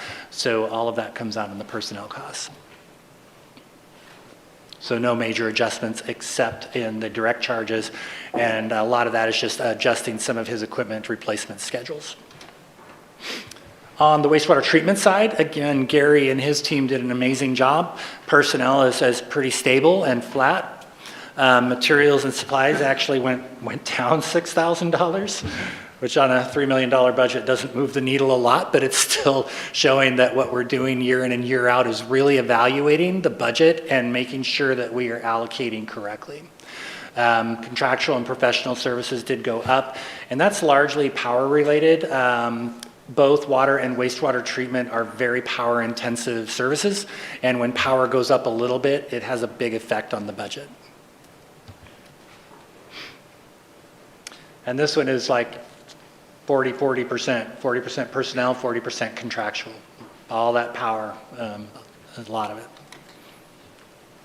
And again, very, very minor adjustments on nothing that I would call a major adjustment. Debt service is flat. This is on page 225. We are locked in. This debt is scheduled to pay off in fiscal 2038, and that was for the last major update at the wastewater treatment plant. For those that were on council, it might just be you left, huh? We did borrow, I want to say right at 23 million. Does that sound about right? I'm looking at JC. Okay, in that range. It might have been $18 million to complete that project. Maybe the total cost of the project was 23. And so that debt service is scheduled to pay off in 2038. It's in a series of 2 loans, one of which we're paying interest only on right now, and one is interest and debt principal. Wastewater operations, this is where we see the other part of those meter readers, and those got rolled out of that budget. So here is the $70,000, which represents the 40,000 or the 40% of their salary. Everything else in this budget stayed reasonably flat. And with that, I would take questions on any of the sewer operations chart budgets. Okay, questions on wastewater operation? Indra? Do we ever pay off debt early? So I know a lot of these we save and accumulate for future things, but it seems like interest-only payments are a waste. Do we Yeah. ever try to do that? We do, within the confines of the debt obligation. So a lot of times the debt, when you get that, they'll say you can't pay this off for 10 years, or you can't pay it off for X number of years, so that the people who issued that debt earn the value that they were expecting. As an example, the debt that we just issued for the water plant, we are unable to pay that off early with less than 10 years. And I would guess these are very similar, but at 10 years, we could definitely look at that.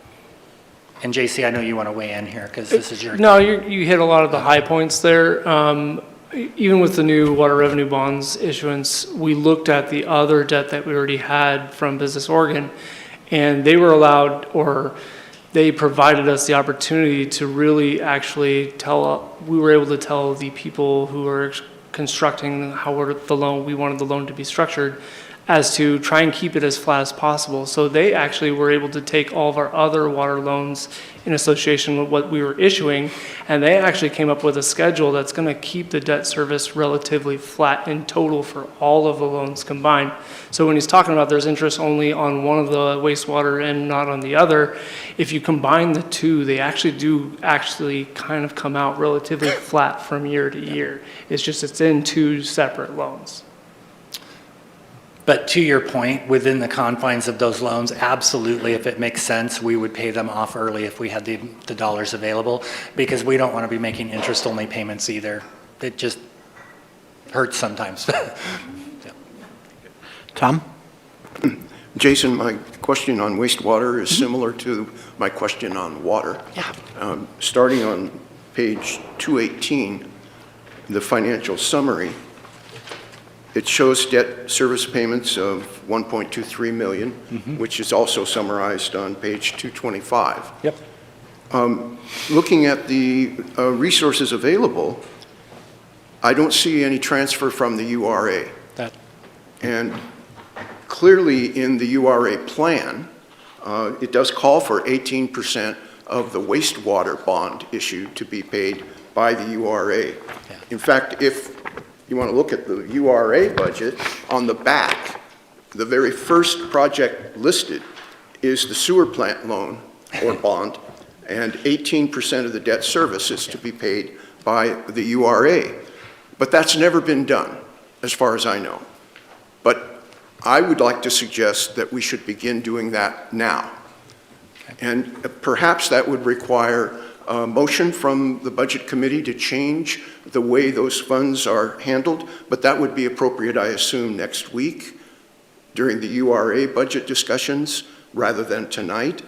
But I did want to introduce the topic because 18% of that debt service is a significant benefit for the ratepayers. Yeah. And the city services bill is getting burdened with a lot of different fees, and they go up by the rate of inflation every year.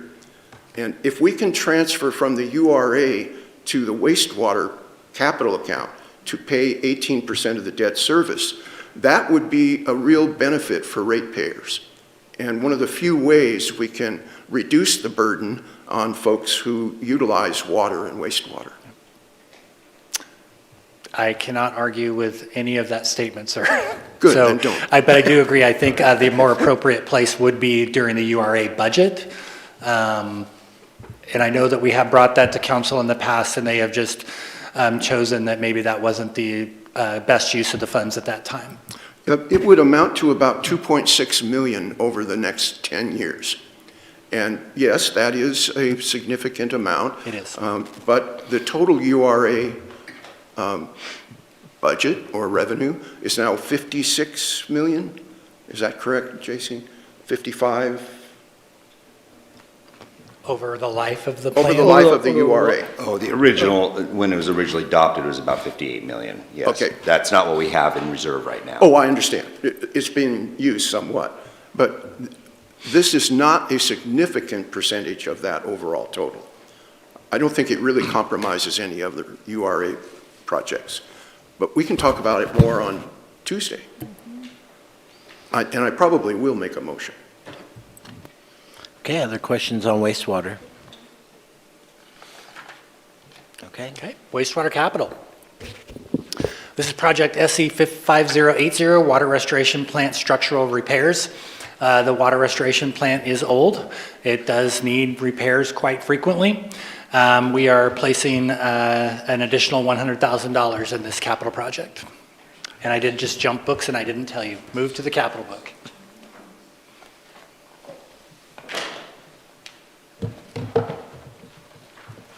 And that is page 90 of your capital book.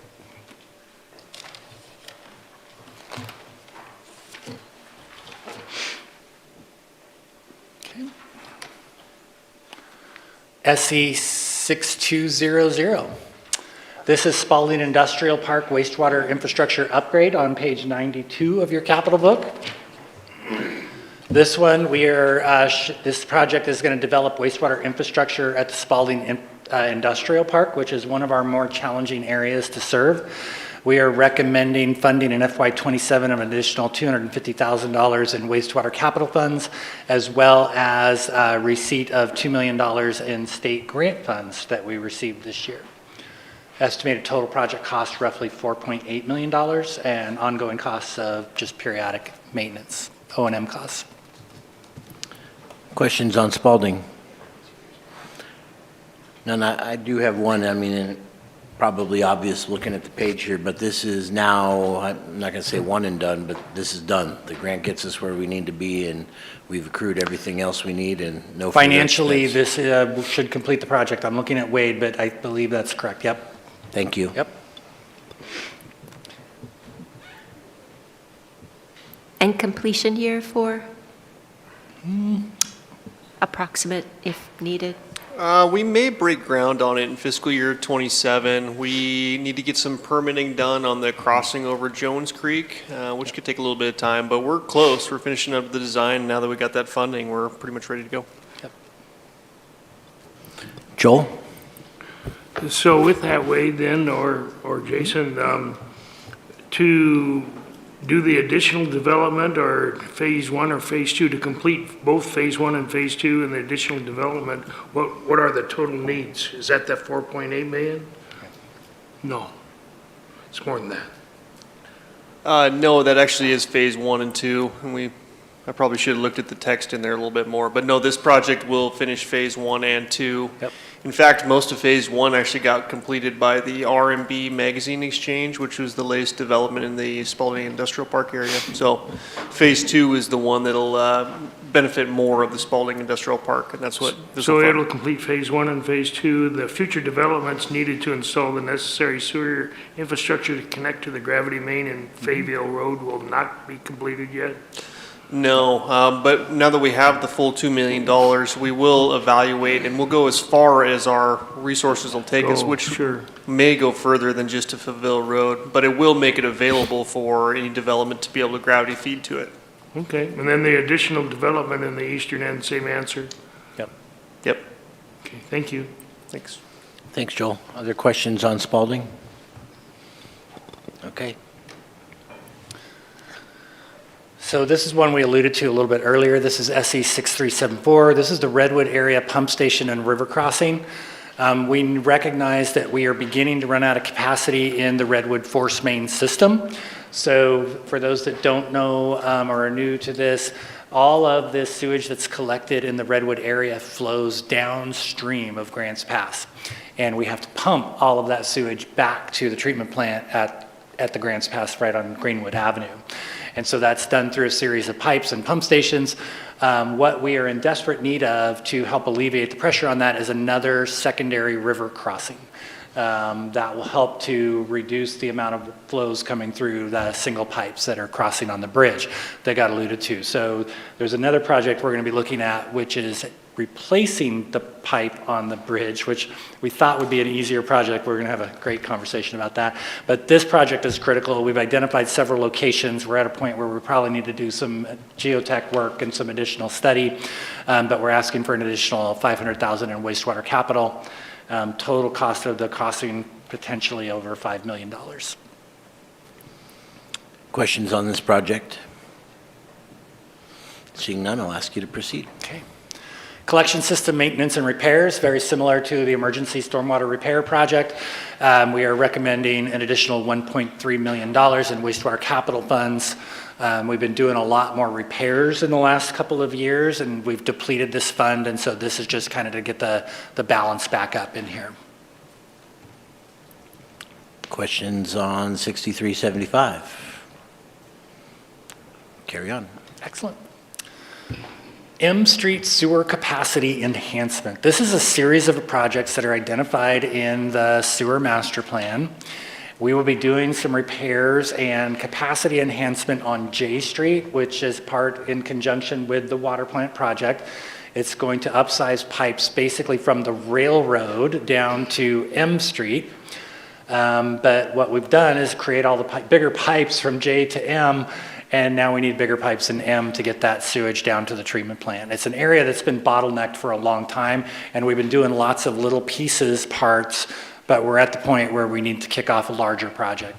So we are recommending $500,000 in wastewater system development charge funds, fees, and $600,000 in wastewater capital. Total project cost probably over $3 million. It's a big, big job. Do we have questions on this project?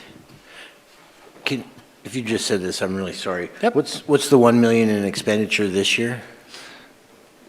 Design work, I'm guessing, Wade? Or did you just put it in that column and? No, you're right on. We're going to kick off design on this one, and we may even try to get it bid and do some of the work this fiscal year. It's a relatively straightforward section of pipe, and instead of replacing an existing pipe with a bigger pipe, this is actually a parallel pipe, which makes it a little bit easier. So it's not going to have a lot of the sewer laterals connecting into it. It'll just be strictly for conveyance, so it's a little easier to put in. Okay, and pardon my ignorance, but $1 million is just to design it conceptually, it's no work? I think that we may put it out to bid as well, and that's in anticipation that we may do a little bit of contracted work this fiscal year, but then it's probably going to span into next fiscal year to finish construction, which will get the rest of the funding and the other expenditures that you'll see in fiscal year 28. It's a crystal ball thing, but that's my best guess. Thank you. Yep. Alexei. And then last project for sewer is SE 6456. So this year we had an exciting failure in the sewer system. So the force main comes from the Darnielle pump station, pushing all the sewage back to the plant at Greenwood Avenue. And it then crosses at the pedestrian bridge where it was installed in ductile iron pipe, which in hindsight may not have been the best material to use in a section where there's some voids. And those voids collected hydrogen sulfide, which then caused massive corrosion inside the pipe, which then caused it to fail on the bridge. So now we have a bridge with a piece of pipe on it that needs to be replaced. We did an emergency repair. We came to council with that to acknowledge that, where we were able to reroute that flow to a gravity line to get it to gravity around the bridge and go through a siphon to get across the river. But that's going to be a short-term fix because that siphon was at near capacity without this additional flow. So we've been doing a lot of work with our engineering staff to try and figure out, okay, easy peasy, right? You just go replace the pipe on the bridge. Well, not easy peasy. The bridge has some pretty severe weight limitations on it to where traditional bridge articulating equipment, which reaches under the bridge to get there, you can't drive it on this particular design of bridge. So we're going to have to probably work with some design consultants to come up with a hanging scaffold system. but we're working on that right now. It should be an exciting when we bring it to council and finally goes to bid. And when we replace the pipe, we will be sure to replace the sections where this could occur with corrosion-resistant piping. It was just very unfortunate. We think the failure was caused with where they put an air release valve.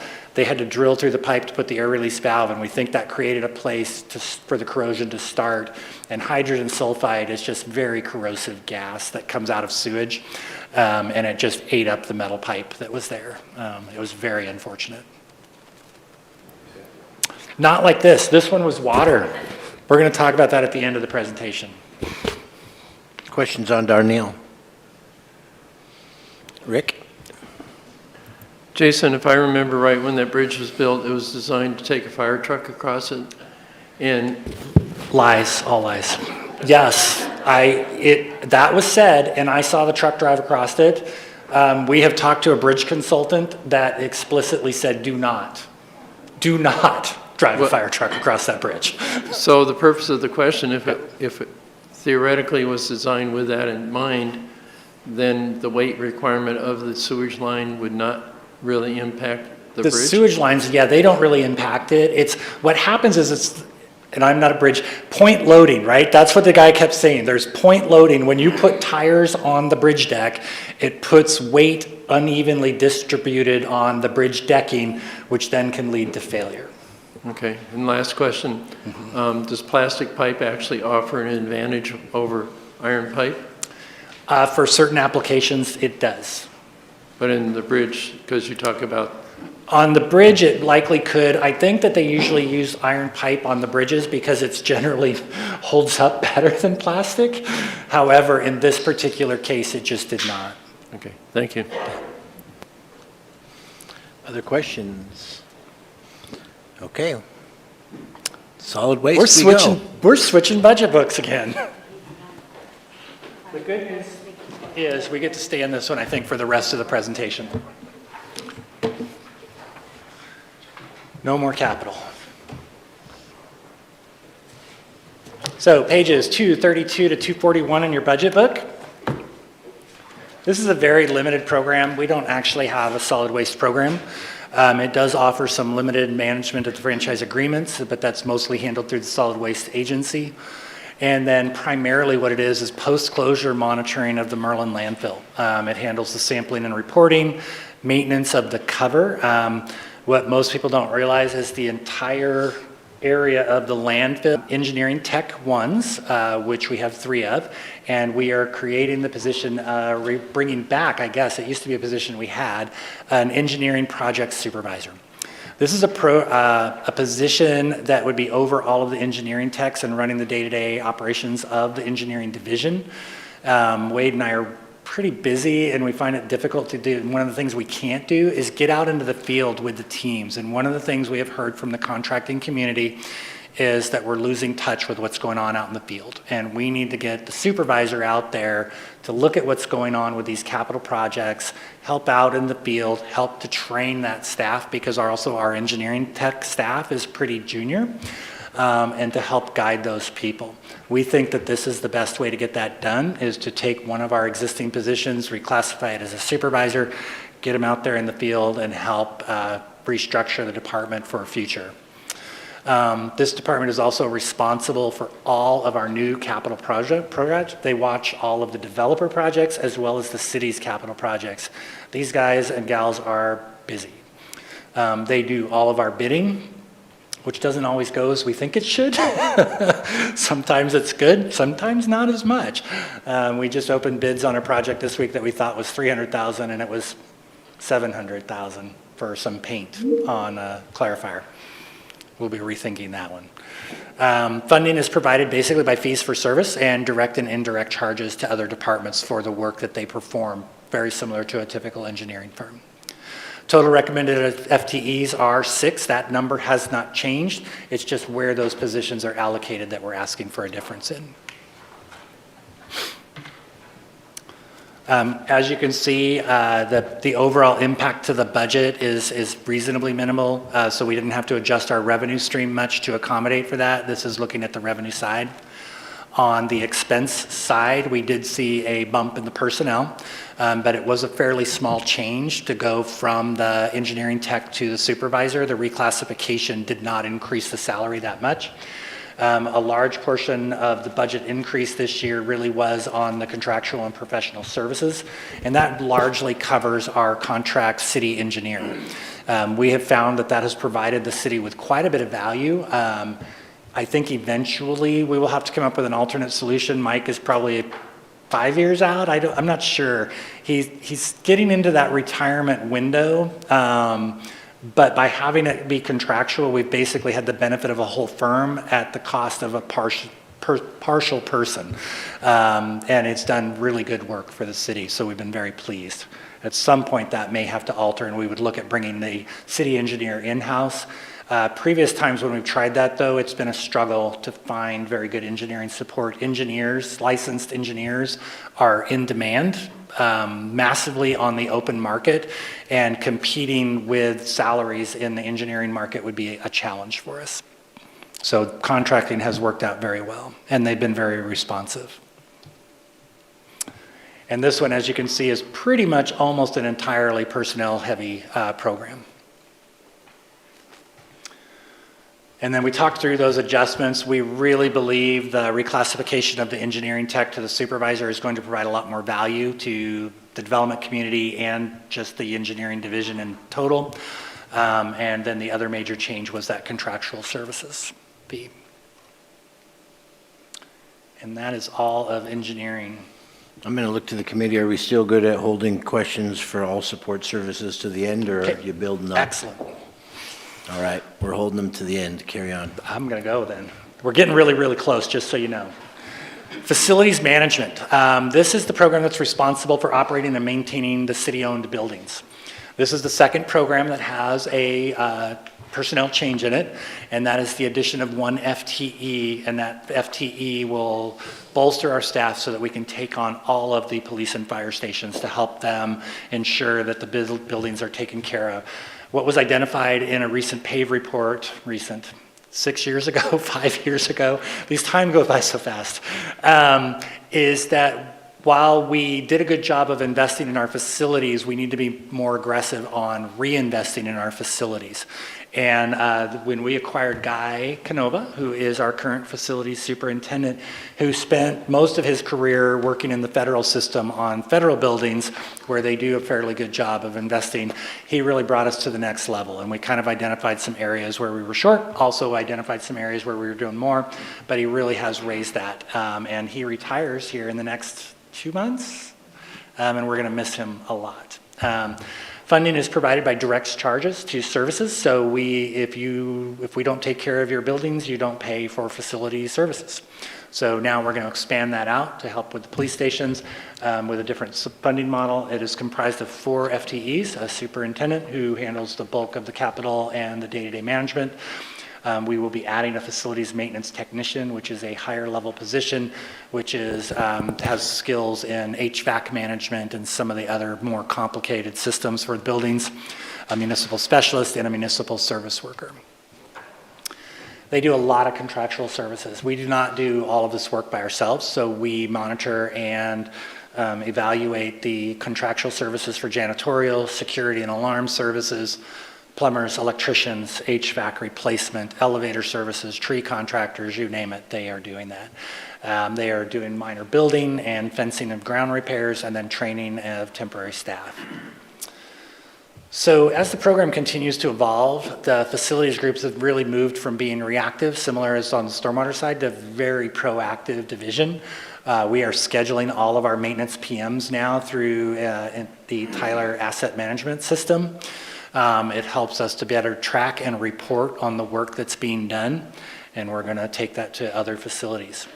Again, this budget does add 1 facilities maintenance technician, which will help us to facilitate taking on maintenance activities in the other public safety stations. Looking at the overall budget, largely the personnel increases, the position coming on board, but also the cost of people moving up through their steps and negotiated raises. These are also Teamster employees. And then contractual is pretty flat. The rest of the budget, we tried to hold very, very close to flat because of that position change.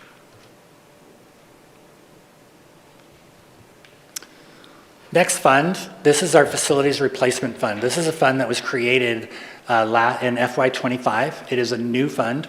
So the other thing that was identified in our last PAVE audit is that we are not capitally reinvesting in our facilities because we're not collecting enough resources. So in FY25, we created funds for 2 groups of buildings just to see how this would work. And we charge an additional fee for that, and we are at City Hall and the City Yard now setting aside capital resources to do major capital upgrades. As an example, the elevator here at City Hall, and why we all think, oh, we don't need an elevator. You have to have an elevator.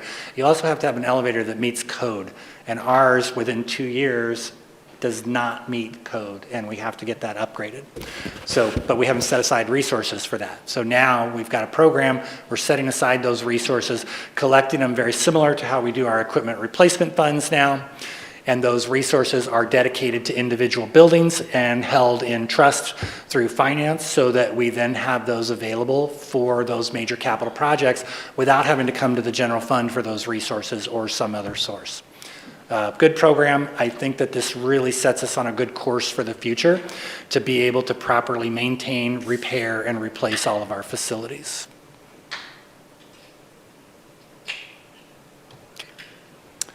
Garage operations and equipment replacement. I'm going to kind of run these two together. This services delivered by these is basically high quality automotive repairs and replacement of all city vehicles and rolling stock. Rolling stock could be trailers, mowers, some other things like that, not necessarily just a car. Total recommended FTEs is 4.0. The budget here remains pretty flat overall, although we are showing a transfer out, which makes it look like a little bit high there. And that is just contingencies were high. Almost all personnel and materials and supplies. Materials and supplies, the biggie there is gasoline. We buy all the gasoline for all the vehicles in the city of Grants Pass. That comes through this budget. And right now, when gas is up there, it's taken a hit on our budget. We're watching it day by day. I think we're going to bring it in. We were looking at it today, but it's going to be really tight by the end of the fiscal year as to whether or not we're going to have to do a budget adjustment because of fuel costs. We just didn't. Sometimes you just can't predict what's going to happen. So the primary adjustments there is personnel. That's, again, staff just moving through steps, negotiated increases. Contractual services, we were decreasing a little bit, and direct charges, just following along with where we're billing out for what we're being billed for what we're charging out. So some of the service challenges, this is really important. Recruiting skilled workers. Mechanics are very valuable. Good mechanics are very valuable. And they get paid very well out there in the world. And so we're going to have to work really hard to find skilled workers. We had a recent retirement. Our lead mechanic had recently retired, and now we're going to be working on replacing him. And it's going to be a challenge for us because we need very specialized skills. You're working on fire apparatus and police cars, which are not like your daily driver. They have incredibly specialized systems and within them that have to be, we have to know what those are and be certified to operate on those. That's the other piece. So it is a challenge. The fleet rate structure, so we want to be competitive with the open market. We recognize we're going to be a little bit more expensive on a daily operations basis. But for that, what we're getting is the ability to drive into the shop at any time and get your vehicle worked on right then. Whereas if we contract those services out, you're going to get to drive your car in, but it's going to sit in the queue with the rest of the people unless you've got a very specialized agreement. So we recognize that we're probably a little bit more expensive than contracting out, but we're paying for that with very quick turnaround service. And with some of our vehicles, that's very important. We need to get those rigs back in service and on the road. The other thing that makes fleet budgeting very challenging is the dollars that you are approving as revenues today were actually dollars that the fleet shop spent a year and a half ago. So what we do to help stabilize the budgets of all of the departments that use that is the revenues that we receive for FY27 were the calendar year 2025 expenses. And the reason for that is if you have a bumpy year and you are paying month by month for your equipment repairs, and suddenly you had to spend $80,000 more in a line item, you're gonna have to pay for that year, and you didn't budget for that. By doing this method, what we're able to do is spread those costs out over a longer time period and allow you to adjust your budget year by year to accommodate for those extra expenses. Works out pretty well. Looking at our equipment replacement, I'm just going to show the numbers up there. We do hold a fair amount of dollars in reserve for equipment. But what this is each dollar is held in trust for a very specific vehicle. We went to this system, long before I got into this position, so probably 15 years ago or more. And it really increased our transparency, and it ensures that we have dollars saved up the next time a vehicle needs to be replaced. Those dollars are already there, and all we have to do is order the next vehicle and write the check. It works out very, very well. But we also have to be careful and work very closely with our partners so that we know what it is that they're going to be buying, how many police cars, how many fire trucks. And then sometimes, because of the delay, we may carry like $1 million for a fire truck in a line for 3 years because we ordered it, but it's not going to come in for 3 years or 2 years. It's been a challenge. So looking at FY27, we have multiple police cars that we are going to be buying and upfitting for 27. We're also showing the fire apparatus of $900,000. That apparatus was ordered. It just hasn't been delivered yet. And so because we're unsure when we're going to get that, we have to carry those dollars on our books for multiple years while we wait for that apparatus to come in. We've written the check for the apparatus, but we still have to carry the cash in the fund. One of those weird accounting things. JC does all kinds of weird accounting things.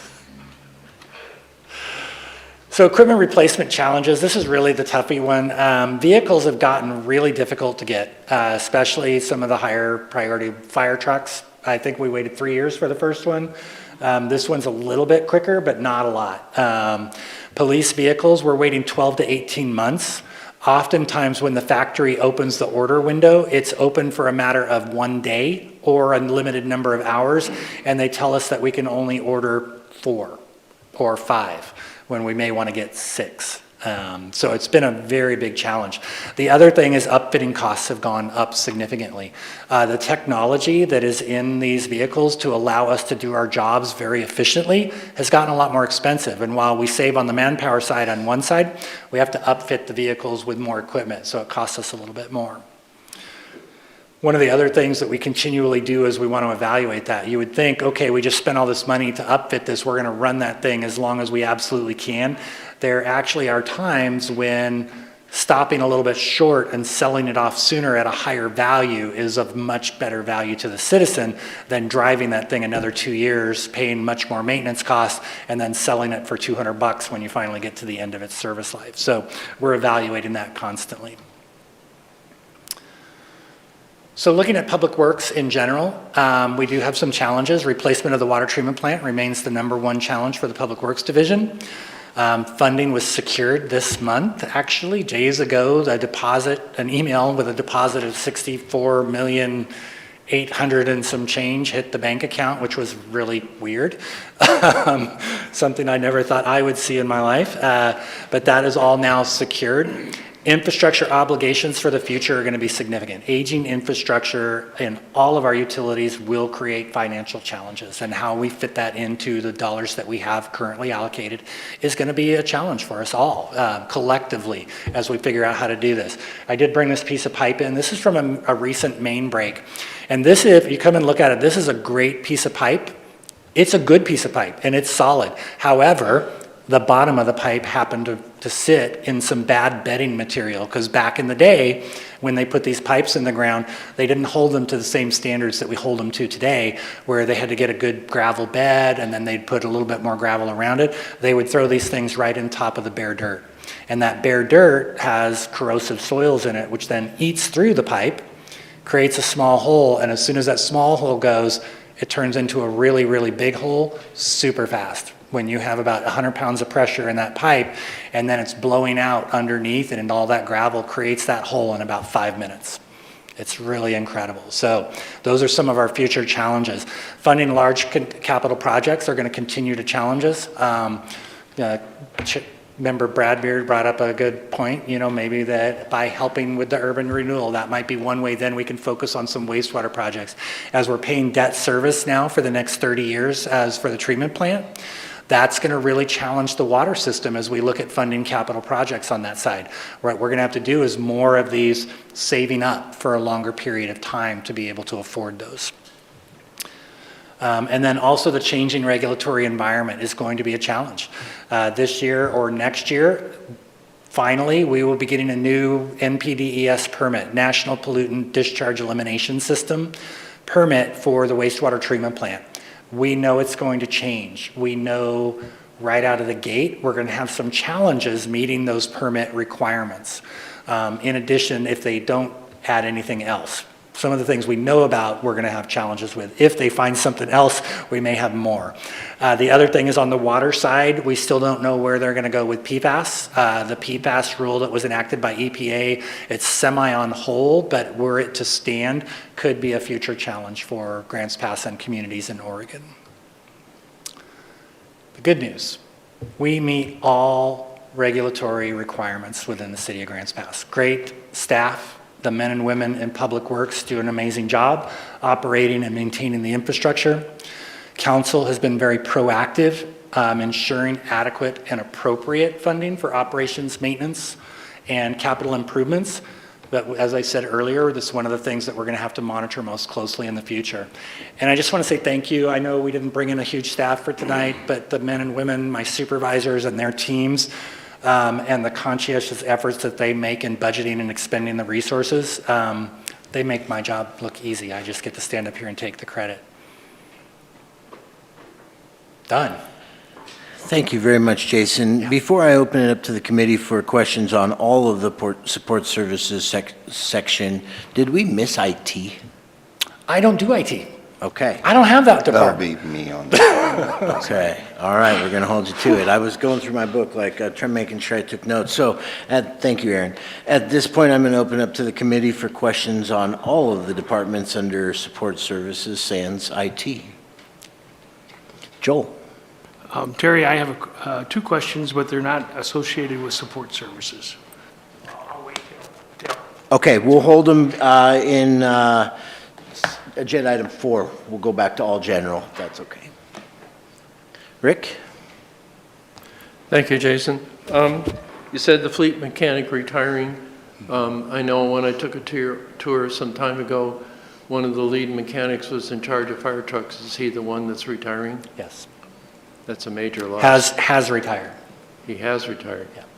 We have supplemented with a third-party contractor that looks like that's working out pretty well. We may continue that, which might give us some flexibility in the mechanics that we hire. So we're still evaluating that right now with Jimmy and his team. Glad to hear that. Yeah, Thank you. because that is one of the most critical, highly certified special certifications to operate on fire trucks. And I say operate, not work on. Next up, I have Indra. You know we like visuals, so I'm going to ask about your nice display. What's the lifespan on those kind of pipes? Generally, it's 80 to 100 years. You should be able to get a strong 100 years out of a good piece of ductile iron pipe like this when it is installed correctly and properly bedded in gravel and not bedded in dirt. So you should get 100 years out of a good piece of pipe like that. If it's put in correctly? If it's and put if in not, correctly. how long does that last? It varies based on the soil and the conditions, and so you don't know. At that point, it becomes a gamble. You don't know. This one just happened to sit in an area where there might have been a pocket of water and slightly acidic soils, which then started the corrosion, and it just keeps eating away at it until it finally fails. But if you look, the rest of this pipe is in perfect condition. I mean, it couldn't be any. I'm going to go back to the mic. The rest of that pipe is in absolutely perfect condition. Just the contact where it made with the bottom of the ditch and that acidic soil caused it to fail. Do you replace just the section or the entire length of the pipe? Yeah, so we just replaced that piece. That main is back in service. Now, it doesn't mean that there's not another corroded spot 4 feet farther down. So it brings up a good issue. One of the projects, Craig Coonard, our distribution super, he would like to see a project of trying to assess pipes. Unfortunately, assessing pipes for that type of failure is incredibly difficult. There is some high-tech methods that do it, but generally you save that for very large diameter, long-run pipes. You wouldn't try to stick it down every piece of 8-inch pipe in the city. Other questions on support services? Tom, please. Jason, thank you very much. Very good presentation. Garage operations and fleet, vehicle replacement, and fuel economy. Yeah. Pretty important relationships there. I looked at the data from 2023 when there were reports available on energy use by all of the departments of the city. And in that year, the total budget for gasoline for the city was $656,000. And the average price paid was $2.88 per gallon. Today at $4.74 a gallon, if the same amount were used, that would be about $1.1 million. Prices are extremely high now and may not stay this high. But in terms of achieving efficient operations in the future, what role should fuel economy play in selecting new vehicles? So we always do evaluate that. We look at hybrid options. We do even look at electric options if it applies. A lot of our vehicles are very heavy, and there are not a lot of electric or hybrid vehicles that are 1-ton trucks. And so we really have to watch that. Also, when we look at what the role that those vehicles are playing. We're looking at engineering vehicles. So our engineers are in some of the oldest trucks in our fleet right now. We are actually looking at those at a potential for maybe all electric or possibly hybrid electric because they don't go anywhere. They just stay here within town. They drive within town. They're a good choice for that type, which would then save quite a bit on fuel costs. And so we do evaluate it. But we are a city that does drive on fuel, unfortunately. I think this section of the budget book would be enhanced if the kind of budget information we had in 2023 were brought up to date and included annually in the budget book. It is informative and interesting to see where the electricity is used, where the gasoline is used, how much, and how much is paid for it. I think the Budget Committee would benefit from having that data. Okay.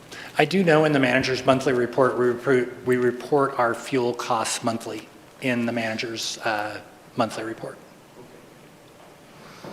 Other questions from Committee on Support Services? Kathleen. Jason, thank you. I'm just wondering why this year it was important to hire an office assistant. We have not hired any new office assistants this year. It looks like... What page are you on? 265, Public Works Administration. What was that again? 265, Thank you. Public Works Administration. Yep. Oh, that's Aaron's section, right? Is that you? I think it was the movement of Amber. So that was brought about by a retirement of a office assistant who was assigned to the city yard in the distribution and collections, and they were paid directly out of their budget. We took that position out of their budget and moved it to Public Works Administration. So it wasn't a net increase in personnel, it was just where that personnel was assigned to. And then that person still does the same or similar work, but now they're part of a larger pool that we're able to rotate around and provide service all the time without it just being dedicated to one little function. Yeah. Thanks, Kathleen. Any others?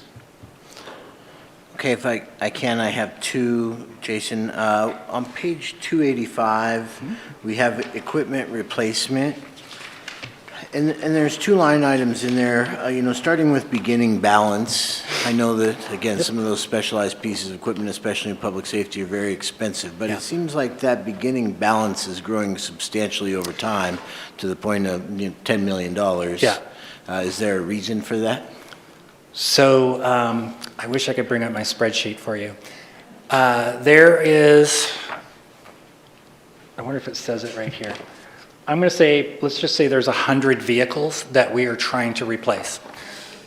153, thank you. I knew somebody was going to have the answer for me. 153 vehicles that we own that we are in the process of paying off to replace. And as an example, a fire truck, the last fire truck we bought was over $900,000. So you're accumulating funds to try and replace a lot of these vehicles. A police cruiser now is right around $85,000, $90,000. So we have to have quite a bit of dollars ready to go for each of the departments. And so that 10 million is also every department's money pooled into one pot at this juncture. I think I get it as a wholesale sense, Yep. but it just continues to grow. I mean, are we waiting to replace all 153 in one year? No, they're being replaced as we go. This is just, when you think about 153 vehicles, it could be, I know that the ladder truck has about $1 million, maybe a little bit less than that, sitting there in cash as we're building up. But a ladder truck is probably going to cost us $2.5 million if we have to replace it somewhere along the line. So that's why you see those large ones. We replace, I'm going to guess, 5% of our vehicles annually-ish. Okay, thank you. And then can you tell me how that line, or maybe it doesn't, ties into the contingencies line on that same page, which is also another $10 million? Same dollars. So that, It rolls in as a beginning balance, and then everything we don't spend just goes right through as we hold it in contingency. Perfect. And then reallocate it as the beginning balance. I'm up to speed. So I only have one other question, and it's for clarification. Yep. Back up in facilities management, facilities maintenance, when council last year voted to increase the level of service in public safety, 6 police, 6 fire, there was the facilities maintenance tech. That goes, the billing of that hits the facilities management category, not public safety? It hits public safety through a direct charge from facilities to public safety. Okay, that's all for me. Anybody else? I know JC had a comment also on your question. Yeah, I so believe. just, again, looking at the $10 million, I know it seems like a large dollar. I'm just going to say this a different way, and Jason was kind of hitting on it with all of his examples. But I believe, and Jason, correct me if I'm wrong, that $10 million is only like 40 to 45% funding the entirety of the liability. I would guess less. Yeah, so it's not to the level of replacing all those things. If you look at the liability across the vehicle, number of vehicles and the cost of the vehicles, we're significantly underfunded. And I like to think I understand that. The part that I struggle to understand is, I mean, if it grew 1 year, we had some stuff building up, but I mean, it's built consistently from 6 million to 10 million over 4 years, so we're not spending at the same level we're allocating. And I'm just wondering, should we pull the trigger and buy more vehicles now and get that beginning balance down? Yeah, I love where you're at, and my teams would all say yes, but not quite. We're not ready yet. And to be quite honest, what that is a lot of vehicles 40% funded, not one vehicle 100% funded and another one 10% funded. So we're really, and we hold all of these, we try to make it to where we can move the money around a little bit, but we really try it. That vehicle is held in trust. That are those dollars for that vehicle. And because what was happening previously is we were playing it we looked at it as a $10 million balance, and it made it easy to spend. And so you could spend that $10 million, suddenly you needed a vehicle and you had $0. Thank you. Yes, Ms. Lesher? Yeah, it's kind of along those same lines. If I look at page 285, at the bottom of that page, it says capital outlay by item, and then it lists all the vehicles. Is that the $1,660,000? Is that what you're planning on spending this year to replace vehicles? Is that how I read that? Yeah. So those were represented by the fire trucks. And so in FY26, we knew we had 2 fire trucks on order. One was ordered in FY24, and we have received one. So that number, we we spent like 880,000. Now we're saying we're in FY '27, we know we have one more fire truck that's still on order and is likely to come in the next fiscal year. And so that's why that number went down. We did not spend the full 1.6. 900,000 of that carried over to the next fiscal year. That's why we're recommending that to carry over. Okay, and 730,000 for police vehicles? Yeah, because we won't have received all of them for the 370,000. We won't have received all of them. So some of those are going to carry over to the next fiscal year also. And we're going to try and purchase a few more this year than we did previously. So is the commitment in the budget at the time you order the vehicle or at the time the vehicle arrives? JC is already laughing at me. I'm going to let you take this one. It's really complicated. It's not that complicated, Jason, come on. So the actual true cost of when it hits budgetarily is when we actually receive the vehicle from the vendor. Now, what Jason's talking about too is sometimes now, because of the shortage, we were having to put down payments. We relieve those dollars and call them prepays, but they actually technically do not hit the budget until we actually have it on site and in our possession. Complicated, which is why I get frustrated, because we may have physically written a check, but we still have to show that the expense has not been realized. Yes. I'm going to move over to Rick. So Jason, to elaborate a little bit further on that, if I remember right, 10 years ago or whatever year it was, we bought 3 fire trucks in the same year.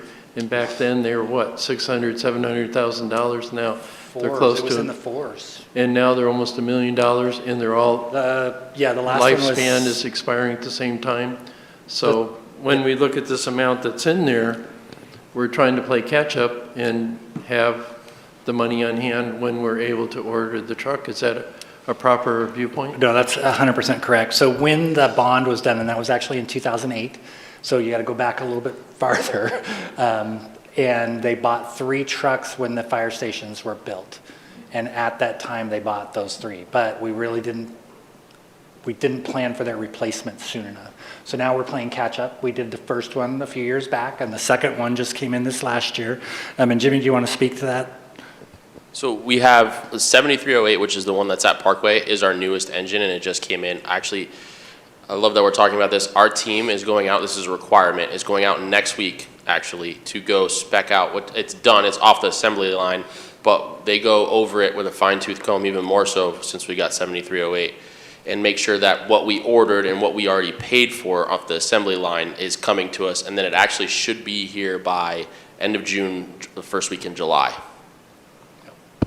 And then the price of fire trucks, yes, unfortunately, they have gone up a lot.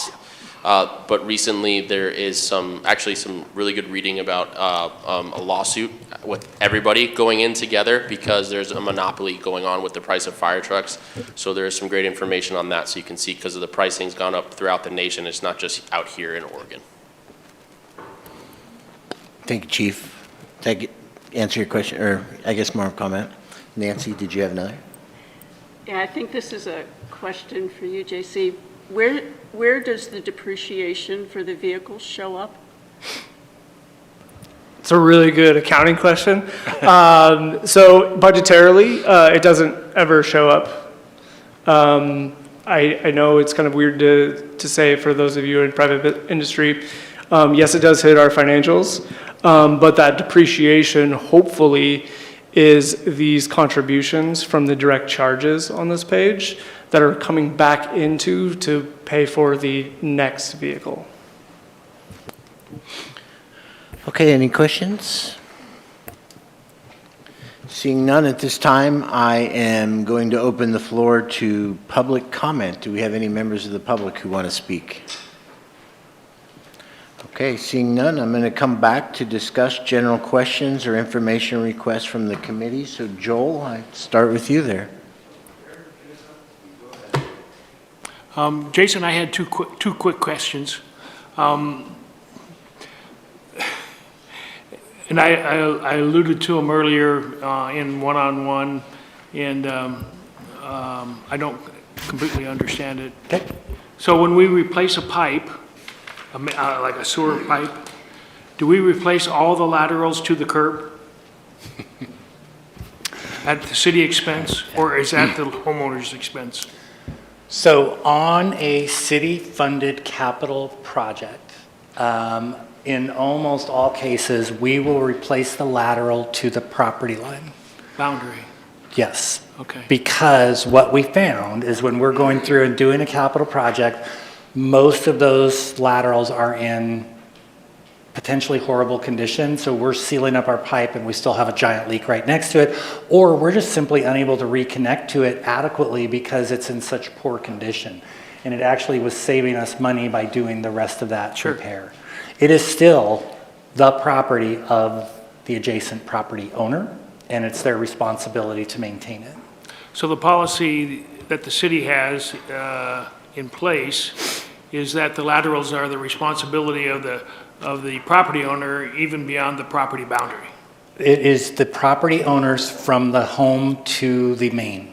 To the main? Yes. Okay. 'Cause, you know, one of the things that's happening is you talk about the infrastructure deteriorating rapidly. Yes. I know, like on my street, all those tar paper lateral drains, man, nobody's flushing their toilet anymore. You know, and it's a big expense, especially for the retired community. It is, and this is a policy discussion, I think, for council would be a great one to have, because it is not an expense that the city of Grants Pass can afford to take on. Yeah, it's not, okay. And next question also borders on policy, but also affects the budget. We have right-of-way in alleys, or easements, I'm not sure which, probably both. That has some maintenance needs as well. And I don't know if I'm speaking out of turn here, you know more about it than I do. Historically, it seems like that part of the city infrastructure really doesn't get maintained, or so do we budget for any of the maintenance of those right-of-way alleys, or do we put that on the homeowner also? So this is a great, again, policy discussion that council might want to take up. There is some limited maintenance that we will do in the alleys, but similar to the front of your yard where you are responsible, say, for the landscape strip and the trees in the strip, it's similar in the back of your house as well if you border an alley. So right now, the policy is we put all that on the homeowner as well? Not always. There are times when we'll have to go in and do some it, work. especially if we are accessing our own infrastructure in there. Sure, okay. Okay. It is a very complicated issue, and it would be a great one for council to discuss and maybe provide direction at some point. Okay, thank you, Jason. Yep. Do we have any other general questions for this evening? Aaron, for comment? I just had one. JC and I had a sidebar conversation with regards to a question that was brought up by Board Member Brad Beer with regards to the 18% for wastewater. Because of the way the budget is set up, if we wait and talk about that, and if it is your intent, or if it's the Budget Committee's intent to make a recommendation to City Council to approve the budget at the end of all of this, with the change that the Urban Renewal Agency contribute 18% to the debt for the wastewater, if that is the end goal of this, of the Budget Committee, then proper procedure would be to likely make a motion for tentative approval with the change of having Urban Renewal Agency cover 18% of the wastewater treatment debt. Because we're going to go into discussion on Tuesday of the rest of the city operations. You will tentatively approve a budget, and then we're going to talk about Urban Renewal Agency. So just to make sure things are equal out, if that's an item you would like to see, then maybe a motion or discussion would need to occur, and it should happen tonight so we could be prepared from a staff perspective and with regards to the Urban Renewal Agency and our next upcoming meeting. Would it be appropriate to approve the Public Works Department budget contingent on the outcome of the urban renewal allocation? I Can't think, do that? go ahead if you want to say something, but. Yeah, so since you want the dollars in the city's budget as a revenue, and revenue allocation is the purview of the budget committee, we would then need to associate those revenues into the wastewater system, which they currently are not, right? And so we would need to increase revenues and then ergo increase expenses also in the wastewater system, which would change the overall budget that you're going to potentially approve as a budget committee next Tuesday.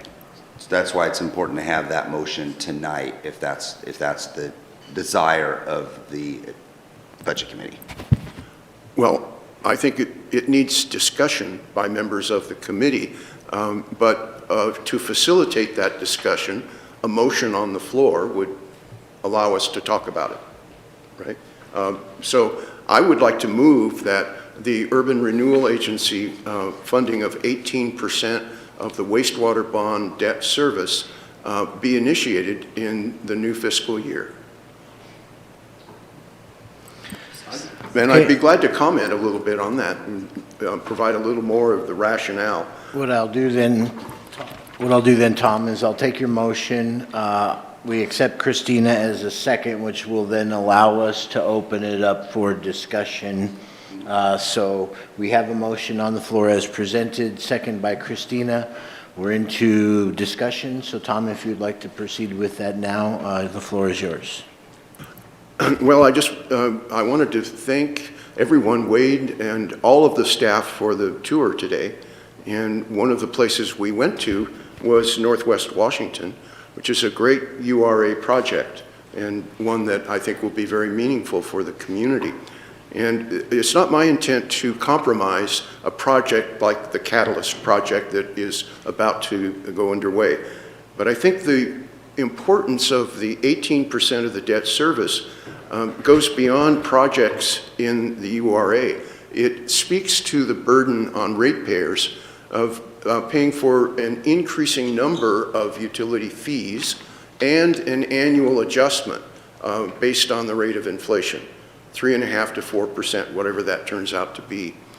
So our utility bill, our city services bill, excuse me, I have to learn to call it the city services bill. It continues to go up, and it really creates an affordability issue for a lot of low-income residents. So by making this transfer, we take the pressure off the city services bill to support other projects. It opens up the opportunity to fund other components of the capital or whatever is appropriate in wastewater. I believe this should have been done when the URA was first established, but it wasn't. This transfer has not occurred at all. But if it were authorized now, the bonds will be paid off in 2030 and 2037 with staggered maturities. So the transfer would be just for a limited number of years. And as I said earlier, it would total $2.6 million over that 10-year period.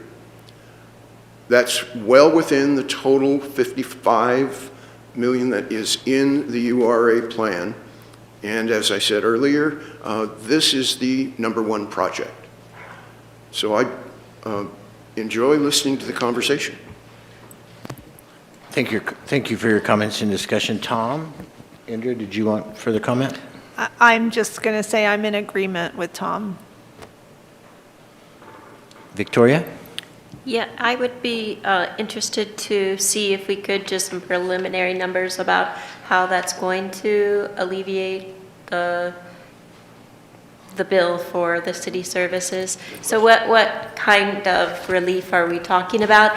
And then the second part of that would be what, because the URA puts out bonds, many bonds, how is this going to, you explained it, I don't think it's going to affect it too much, but still, I want to protect it a little bit, or at least talk about how we need to protect the URA. So yeah, some of that I think is more in alignment with ultimately council and information that needs to go to council. This action would be an allocation of resources to provide the flexibility for council to do that. And ultimately, council may not agree with this recommendation, and they could adopt the budget without that change. But it would be council's decision, and it's a policy discussion, not a discussion for the budget committee on what could occur with that that reduction, that subsidy coming from the rural agency. Do they want to put it into capital like Tom just started to mention? Or do they want to try to look at reducing the rate? Or do they want to look at, that's fully a council discussion. But what this action would do is it would provide an opportunity for council to have that discussion on what to do with those revenues. Yeah, those are some questions that I would love to look at the numbers, but I am absolutely for looking at the numbers if the fees could be reduced. So, thank you. Yeah, thank you for the comments, Victoria, and the clarification, Aaron. If I could follow that up, I mean, I'm scrambling to look at the timeline. How much time do we have between the budget committee finalizing on next week? I'm guessing it takes a workshop, and then I guess the short question is do we have time to gather all that information for council, not budget committee, in a workshop prior to the vote of approving the budget? I'm not sure if I understand what you're talking about. For council to consider this as a potential action, have a policy discussion about it, and do all of that before the budget is adopted, maybe a tall order. It would be possible with maybe some special meetings or something along those lines. I think ultimately what it would be is it would be providing the flexibility, sort of like we have flexibility in the Urban Renewal Agency, where we put all the money into sort of one pot, and council has the ability to, throughout the year, utilize some of those funds. By doing this action, if this action was not only recommended but actually adopted by council, then maybe throughout this upcoming fiscal year, they would have the opportunity to have those policy discussions to determine what to do with those funds. Thank you. Further comments? Yes, Christina? Yeah, to be clear, Tom and Victoria both made excellent points, and I'd be very interested in moving forward with what Tom recommended. But to Victoria's point, I'd also be very interested as a budget committee member seeing that data so that I can motion to give council that authority. So is that, I'm not quite sure what you two are just working out right now, but is that something we do not have time for as a budget committee, or we do? Yeah, I'll comment, and Aaron, stop me if you will. So right now, we have a motion on the table with the second. It's my understanding that should the budget committee make this motion, it just gives council the flexibility.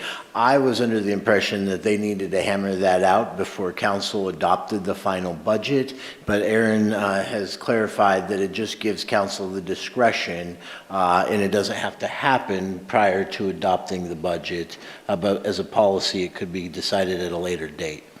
I think it's up to council. I think we could likely do both. Of course, to have the clarity before it's ultimately adopted would be nice, but we're doing that within a month and a half. So it could be done, but ultimately that would be, I think, a council decision on where we want to go with that schedule. Okay. So still with the motion on the floor, do we have further discussion? Yeah, Bob? I'm confused as to what is being covered by the, oh, I'm sorry. You've got the Urban Renewal Group that's providing 18% of something, but I'm not sure what it is. Is it 18% of the interest or 18% of the total debt service, interest and principal? It's a really good question.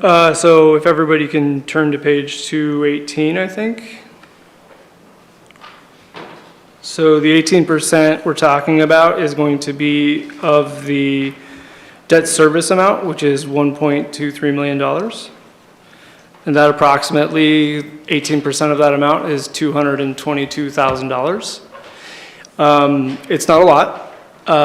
If you look at it as a percentage of just the operating side and removing the wastewater projects, which is that 19.6 million, it's about 1.8% of the total budget. So there's not a lot of movement of the needle potentially, but it does potentially give Wade at face value some more contributions potentially to capital and maybe offset some future increases in operations as well. Thank you, JC. And if it's fair to ask, I mean, any quick calculations on does that actually compute to savings to the ratepayer? I mean, at 2.8 million, what does that equate to? Yeah, 200,000 divided by the number of ratepayers is, everybody gets 50 cents off their bill? Yeah, I don't think we're prepared to answer that question, but again, the dollar amount is $222,000. If you're just looking at stacked up to the $9.7 million that we pay ratepayers, there's not a lot of potential give back to the ratepayer at this point. And Jason can come up and probably. I agree with it. We're not prepared to answer that 100%. However, projected revenues for FY27 is $13,280,000. And so the amount that the urban renewal would be paying is less than, it's a fraction of a percent, it's a small percentage of the actual revenues. And so figuring out what that would look like in a rate rebate would be very, very, very small. I think ultimately, as a tool, it would be best, as what JC was saying, and it's a policy decision, more of a potential capital and operations opportunity. Thank you, Indra. I was just going to ask, instead of a rate reduction, it could go to just paying off the debt, which could decrease the timeline that it's paid off sooner, correct? Could that happen? We'd have to look at the terms. I don't know the terms of that particular debt, but that's a very distinct possibility. You might be able to double up payments. We'd have to look. I don't know what the time frame is. I know we're only paying interest only on the one, and there's like 5 years left on the other. They were both short term. They were 2 10-year offerings, so there might be some flexibility there. Yeah, the numbers on the debt are in Appendix P, for those who want to look at the appendix. It lists all of the debt. Okay, further discussion with the motion we have on the floor. Yes, Adriana? I'll just add one more comment to refinancing. So page 225.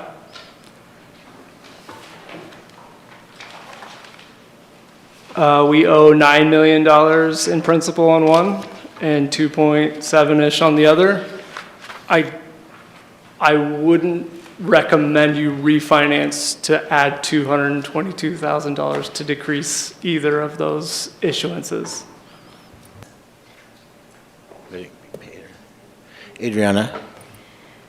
Tom, I think I may have misunderstood or maybe heard you. Did you talk about in the beginning of kind of what you're saying, Washington, and how you stopped by Washington today, or were you talking about something else? I was just referring to the tour and looking at the Catalyst project as something that the URA is initiating. And I think that's a great project, and I don't intend for this proposal to transfer the 18% of the debt service to interfere with a project like that. And there's ample room within the URA budget to absorb this without compromising that Catalyst project. That's the only reason that I mentioned. So that was just an example, not like. It's not part of the motion in any way, but it was a great tour, by the way. Okay, further discussion with the motion we have on the table.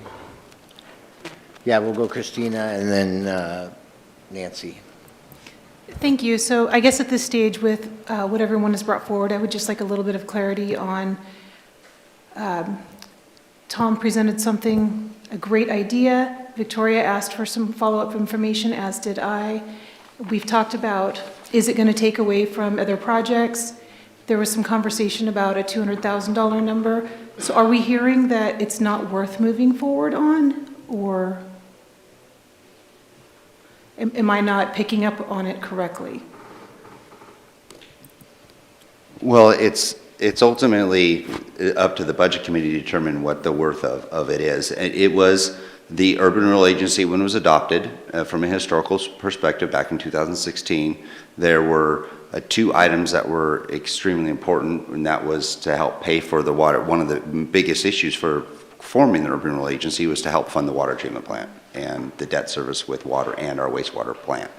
We did implement the water, but we never did implement the wastewater debt to that. So whether it's worthwhile to follow through with that is ultimately, from a policy perspective, is ultimately recommendation here. The dollar amount is not that much compared to a $13 million operation. The $200,000 won't be making any major changes, if any, to a rate or anything like that. It would provide maybe some additional flexibility for some kind of additional debt payment or additional opportunity to put something into capital. So to restate my question, thank you very much for that. That's very helpful. To restate it, is it going to be taking away from like the Washington project? So we have like 5 million or so in the Urban Renewal Agency right now, set aside. We get about, I forget how much it is, about $1 million or so a year or something along those lines. I don't know what, we'll find out. I forget what the number is. Can the Urban Renewal Agency take this on as a debt load? The answer would be yes, we could do that at the $200 and something thousand a year. Yeah, so just to clarify Aaron's point a little bit and to give just a visual for everybody to get on the same page. So if you go back to your green book or your capital book, page 117, which we presented on Tuesday night, there is just a placeholder for $5.8 million. This is not technically allocated to any project. It's just sitting to allocate to LB right now. And so what we just essentially be doing is decreasing that amount and putting $222,000 directly to the wastewater fund. Thank you very much. Thank you. I have Nancy, Joel, and then Tom, but as chair, if I can ask just a couple quick procedural questions. I have a motion on the floor. Can I pause that motion to ask for a motion to extend past 9 p.m.? Certainly. Okay. If I could take a motion to extend the meeting past 9 p.m. I've got Victoria and Christina. Okay, thank you. Roll call vote. I'm going to start with Rick. Yes. Kurt. Yes. Yes. Yes. Yes. Yes. Yes. Yes. Yes. Yes. Yes. Yes. And Rob? Yes. Thank you. Okay, another quick procedural question before we get back to the discussion on the motion on the floor. Under the agenda item that we're on, we received a motion, but in addition to the general questions, we have information requests.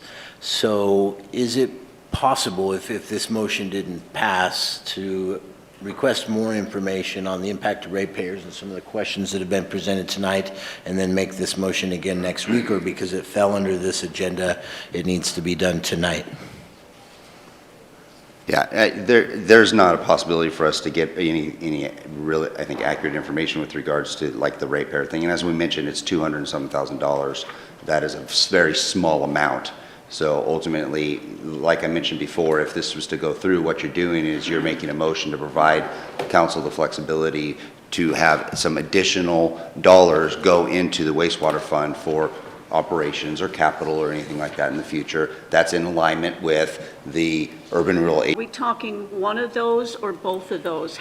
We currently have initiated 18% to water of the debt. We have not, since the formation of the Urban Renewal Agency, utilized that program for wastewater.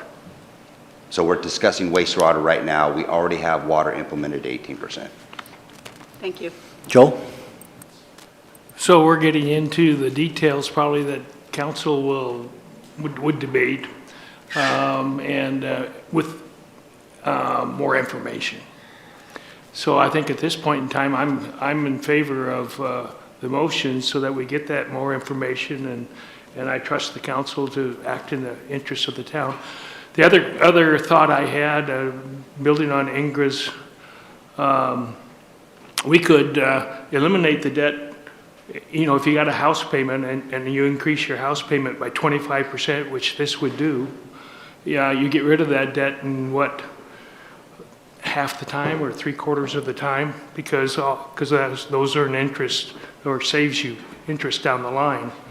And so it may decrease, or may not have, if we did it that way, it wouldn't decrease the bill now at all, but the total bill for the water treatment plant debt service would disappear in about half the time. And that may be worth it. And I'd have to check, depending on the interest rate and those kind of things. And I know with house payments, if you double your house payment, it makes a huge difference. And this is only a 25% increase. And if our debt contractor, if our contract allows that. But that might be a better way to go and have a bigger impact on the consumer than having it apply in lieu of the payments for the first couple of years. Yeah, thank you. I'm going to move to Tom, and then just a quick reminder, passing this motion simply gives council the option to make those decisions later. We're not making them tonight. I just wanted to add a little different approach to the issue of the magnitude of this. On page 218, the wastewater financial summary shows that sewer fees have been rising steadily.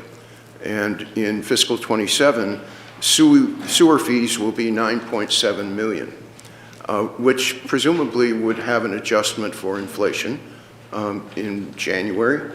So the transfer would just about cover the inflation adjustment, so that the sewer fees could be frozen by using the URA money rather than passing it along to ratepayers. That makes it more significant for all of the ratepayers, and I think 9.7 million, 4%, 3% is pretty close. Thank you. Others? Okay, JC? No, thank you, Tom. As you guys are saying this all out, these are some of the things that Jason and I can read his mind, that we will go through with council as part of the options with that potential 18%. Okay, any comments that would change the impact of the motion that just kicks it to council, knowing that we're not trying to get all that information and solve the problem? Go ahead, Adriana. I would like Jay-Z to further elaborate on a comment I heard you say, refinancing this amount of dollars for $2.2 million, something. Do you recall what I'm saying, or what you said? Yeah, so if we go back to 225. So $220,000 I really wouldn't take back to the bank to refinance either of those loans in the middle of the page. And why are you saying refinance? It's just one of those as another option, potentially as a refinancing option. Again, paying down is a different option, delaying the ratepayers, adding more to capital. These are all the things that council will take to them. A large dollar amount typically, so of those $9 million and $2 million, I would probably take back if we were going to have cash on hand for about half of those principal amounts. Okay, thank you. I'm going to get ready to call for a vote here, but just so we are clear, I'm going to ask Aaron to restate the motion as he heard it, and then we will move into a vote. Okay. Thank you, Chair. So the motion is to do tentative approval for the Public Works Department budget with the modification of a recognition of the Urban Renewal Agency providing an 18% debt payment to the Public Works Wastewater Fund. Debt service. Yep. Does that reflect your motion, Tom? Absolutely. Excellent. I have a motion on the floor as restated by Aaron, a second by Christina. I'm going to move into a roll call vote, starting with Kathleen. Yes. Yes. Yes? Yes. Yes? Yes. Yes. Yes. Yes. Yes. Yes. Yes. Yes. And Rob? Yes. Thank you. Motion passes unanimously. First of all, you didn't accept the job as chair, and then you made that really tough on me. That was really an exercise, Tom. I think we did it. Nice job to the committee. So with that being done, I am going to not adjourn, but end tonight's meeting. We will recess, reconvene, and continue the Budget Committee hearing on Tuesday, May 15th, 2026. Thank you all.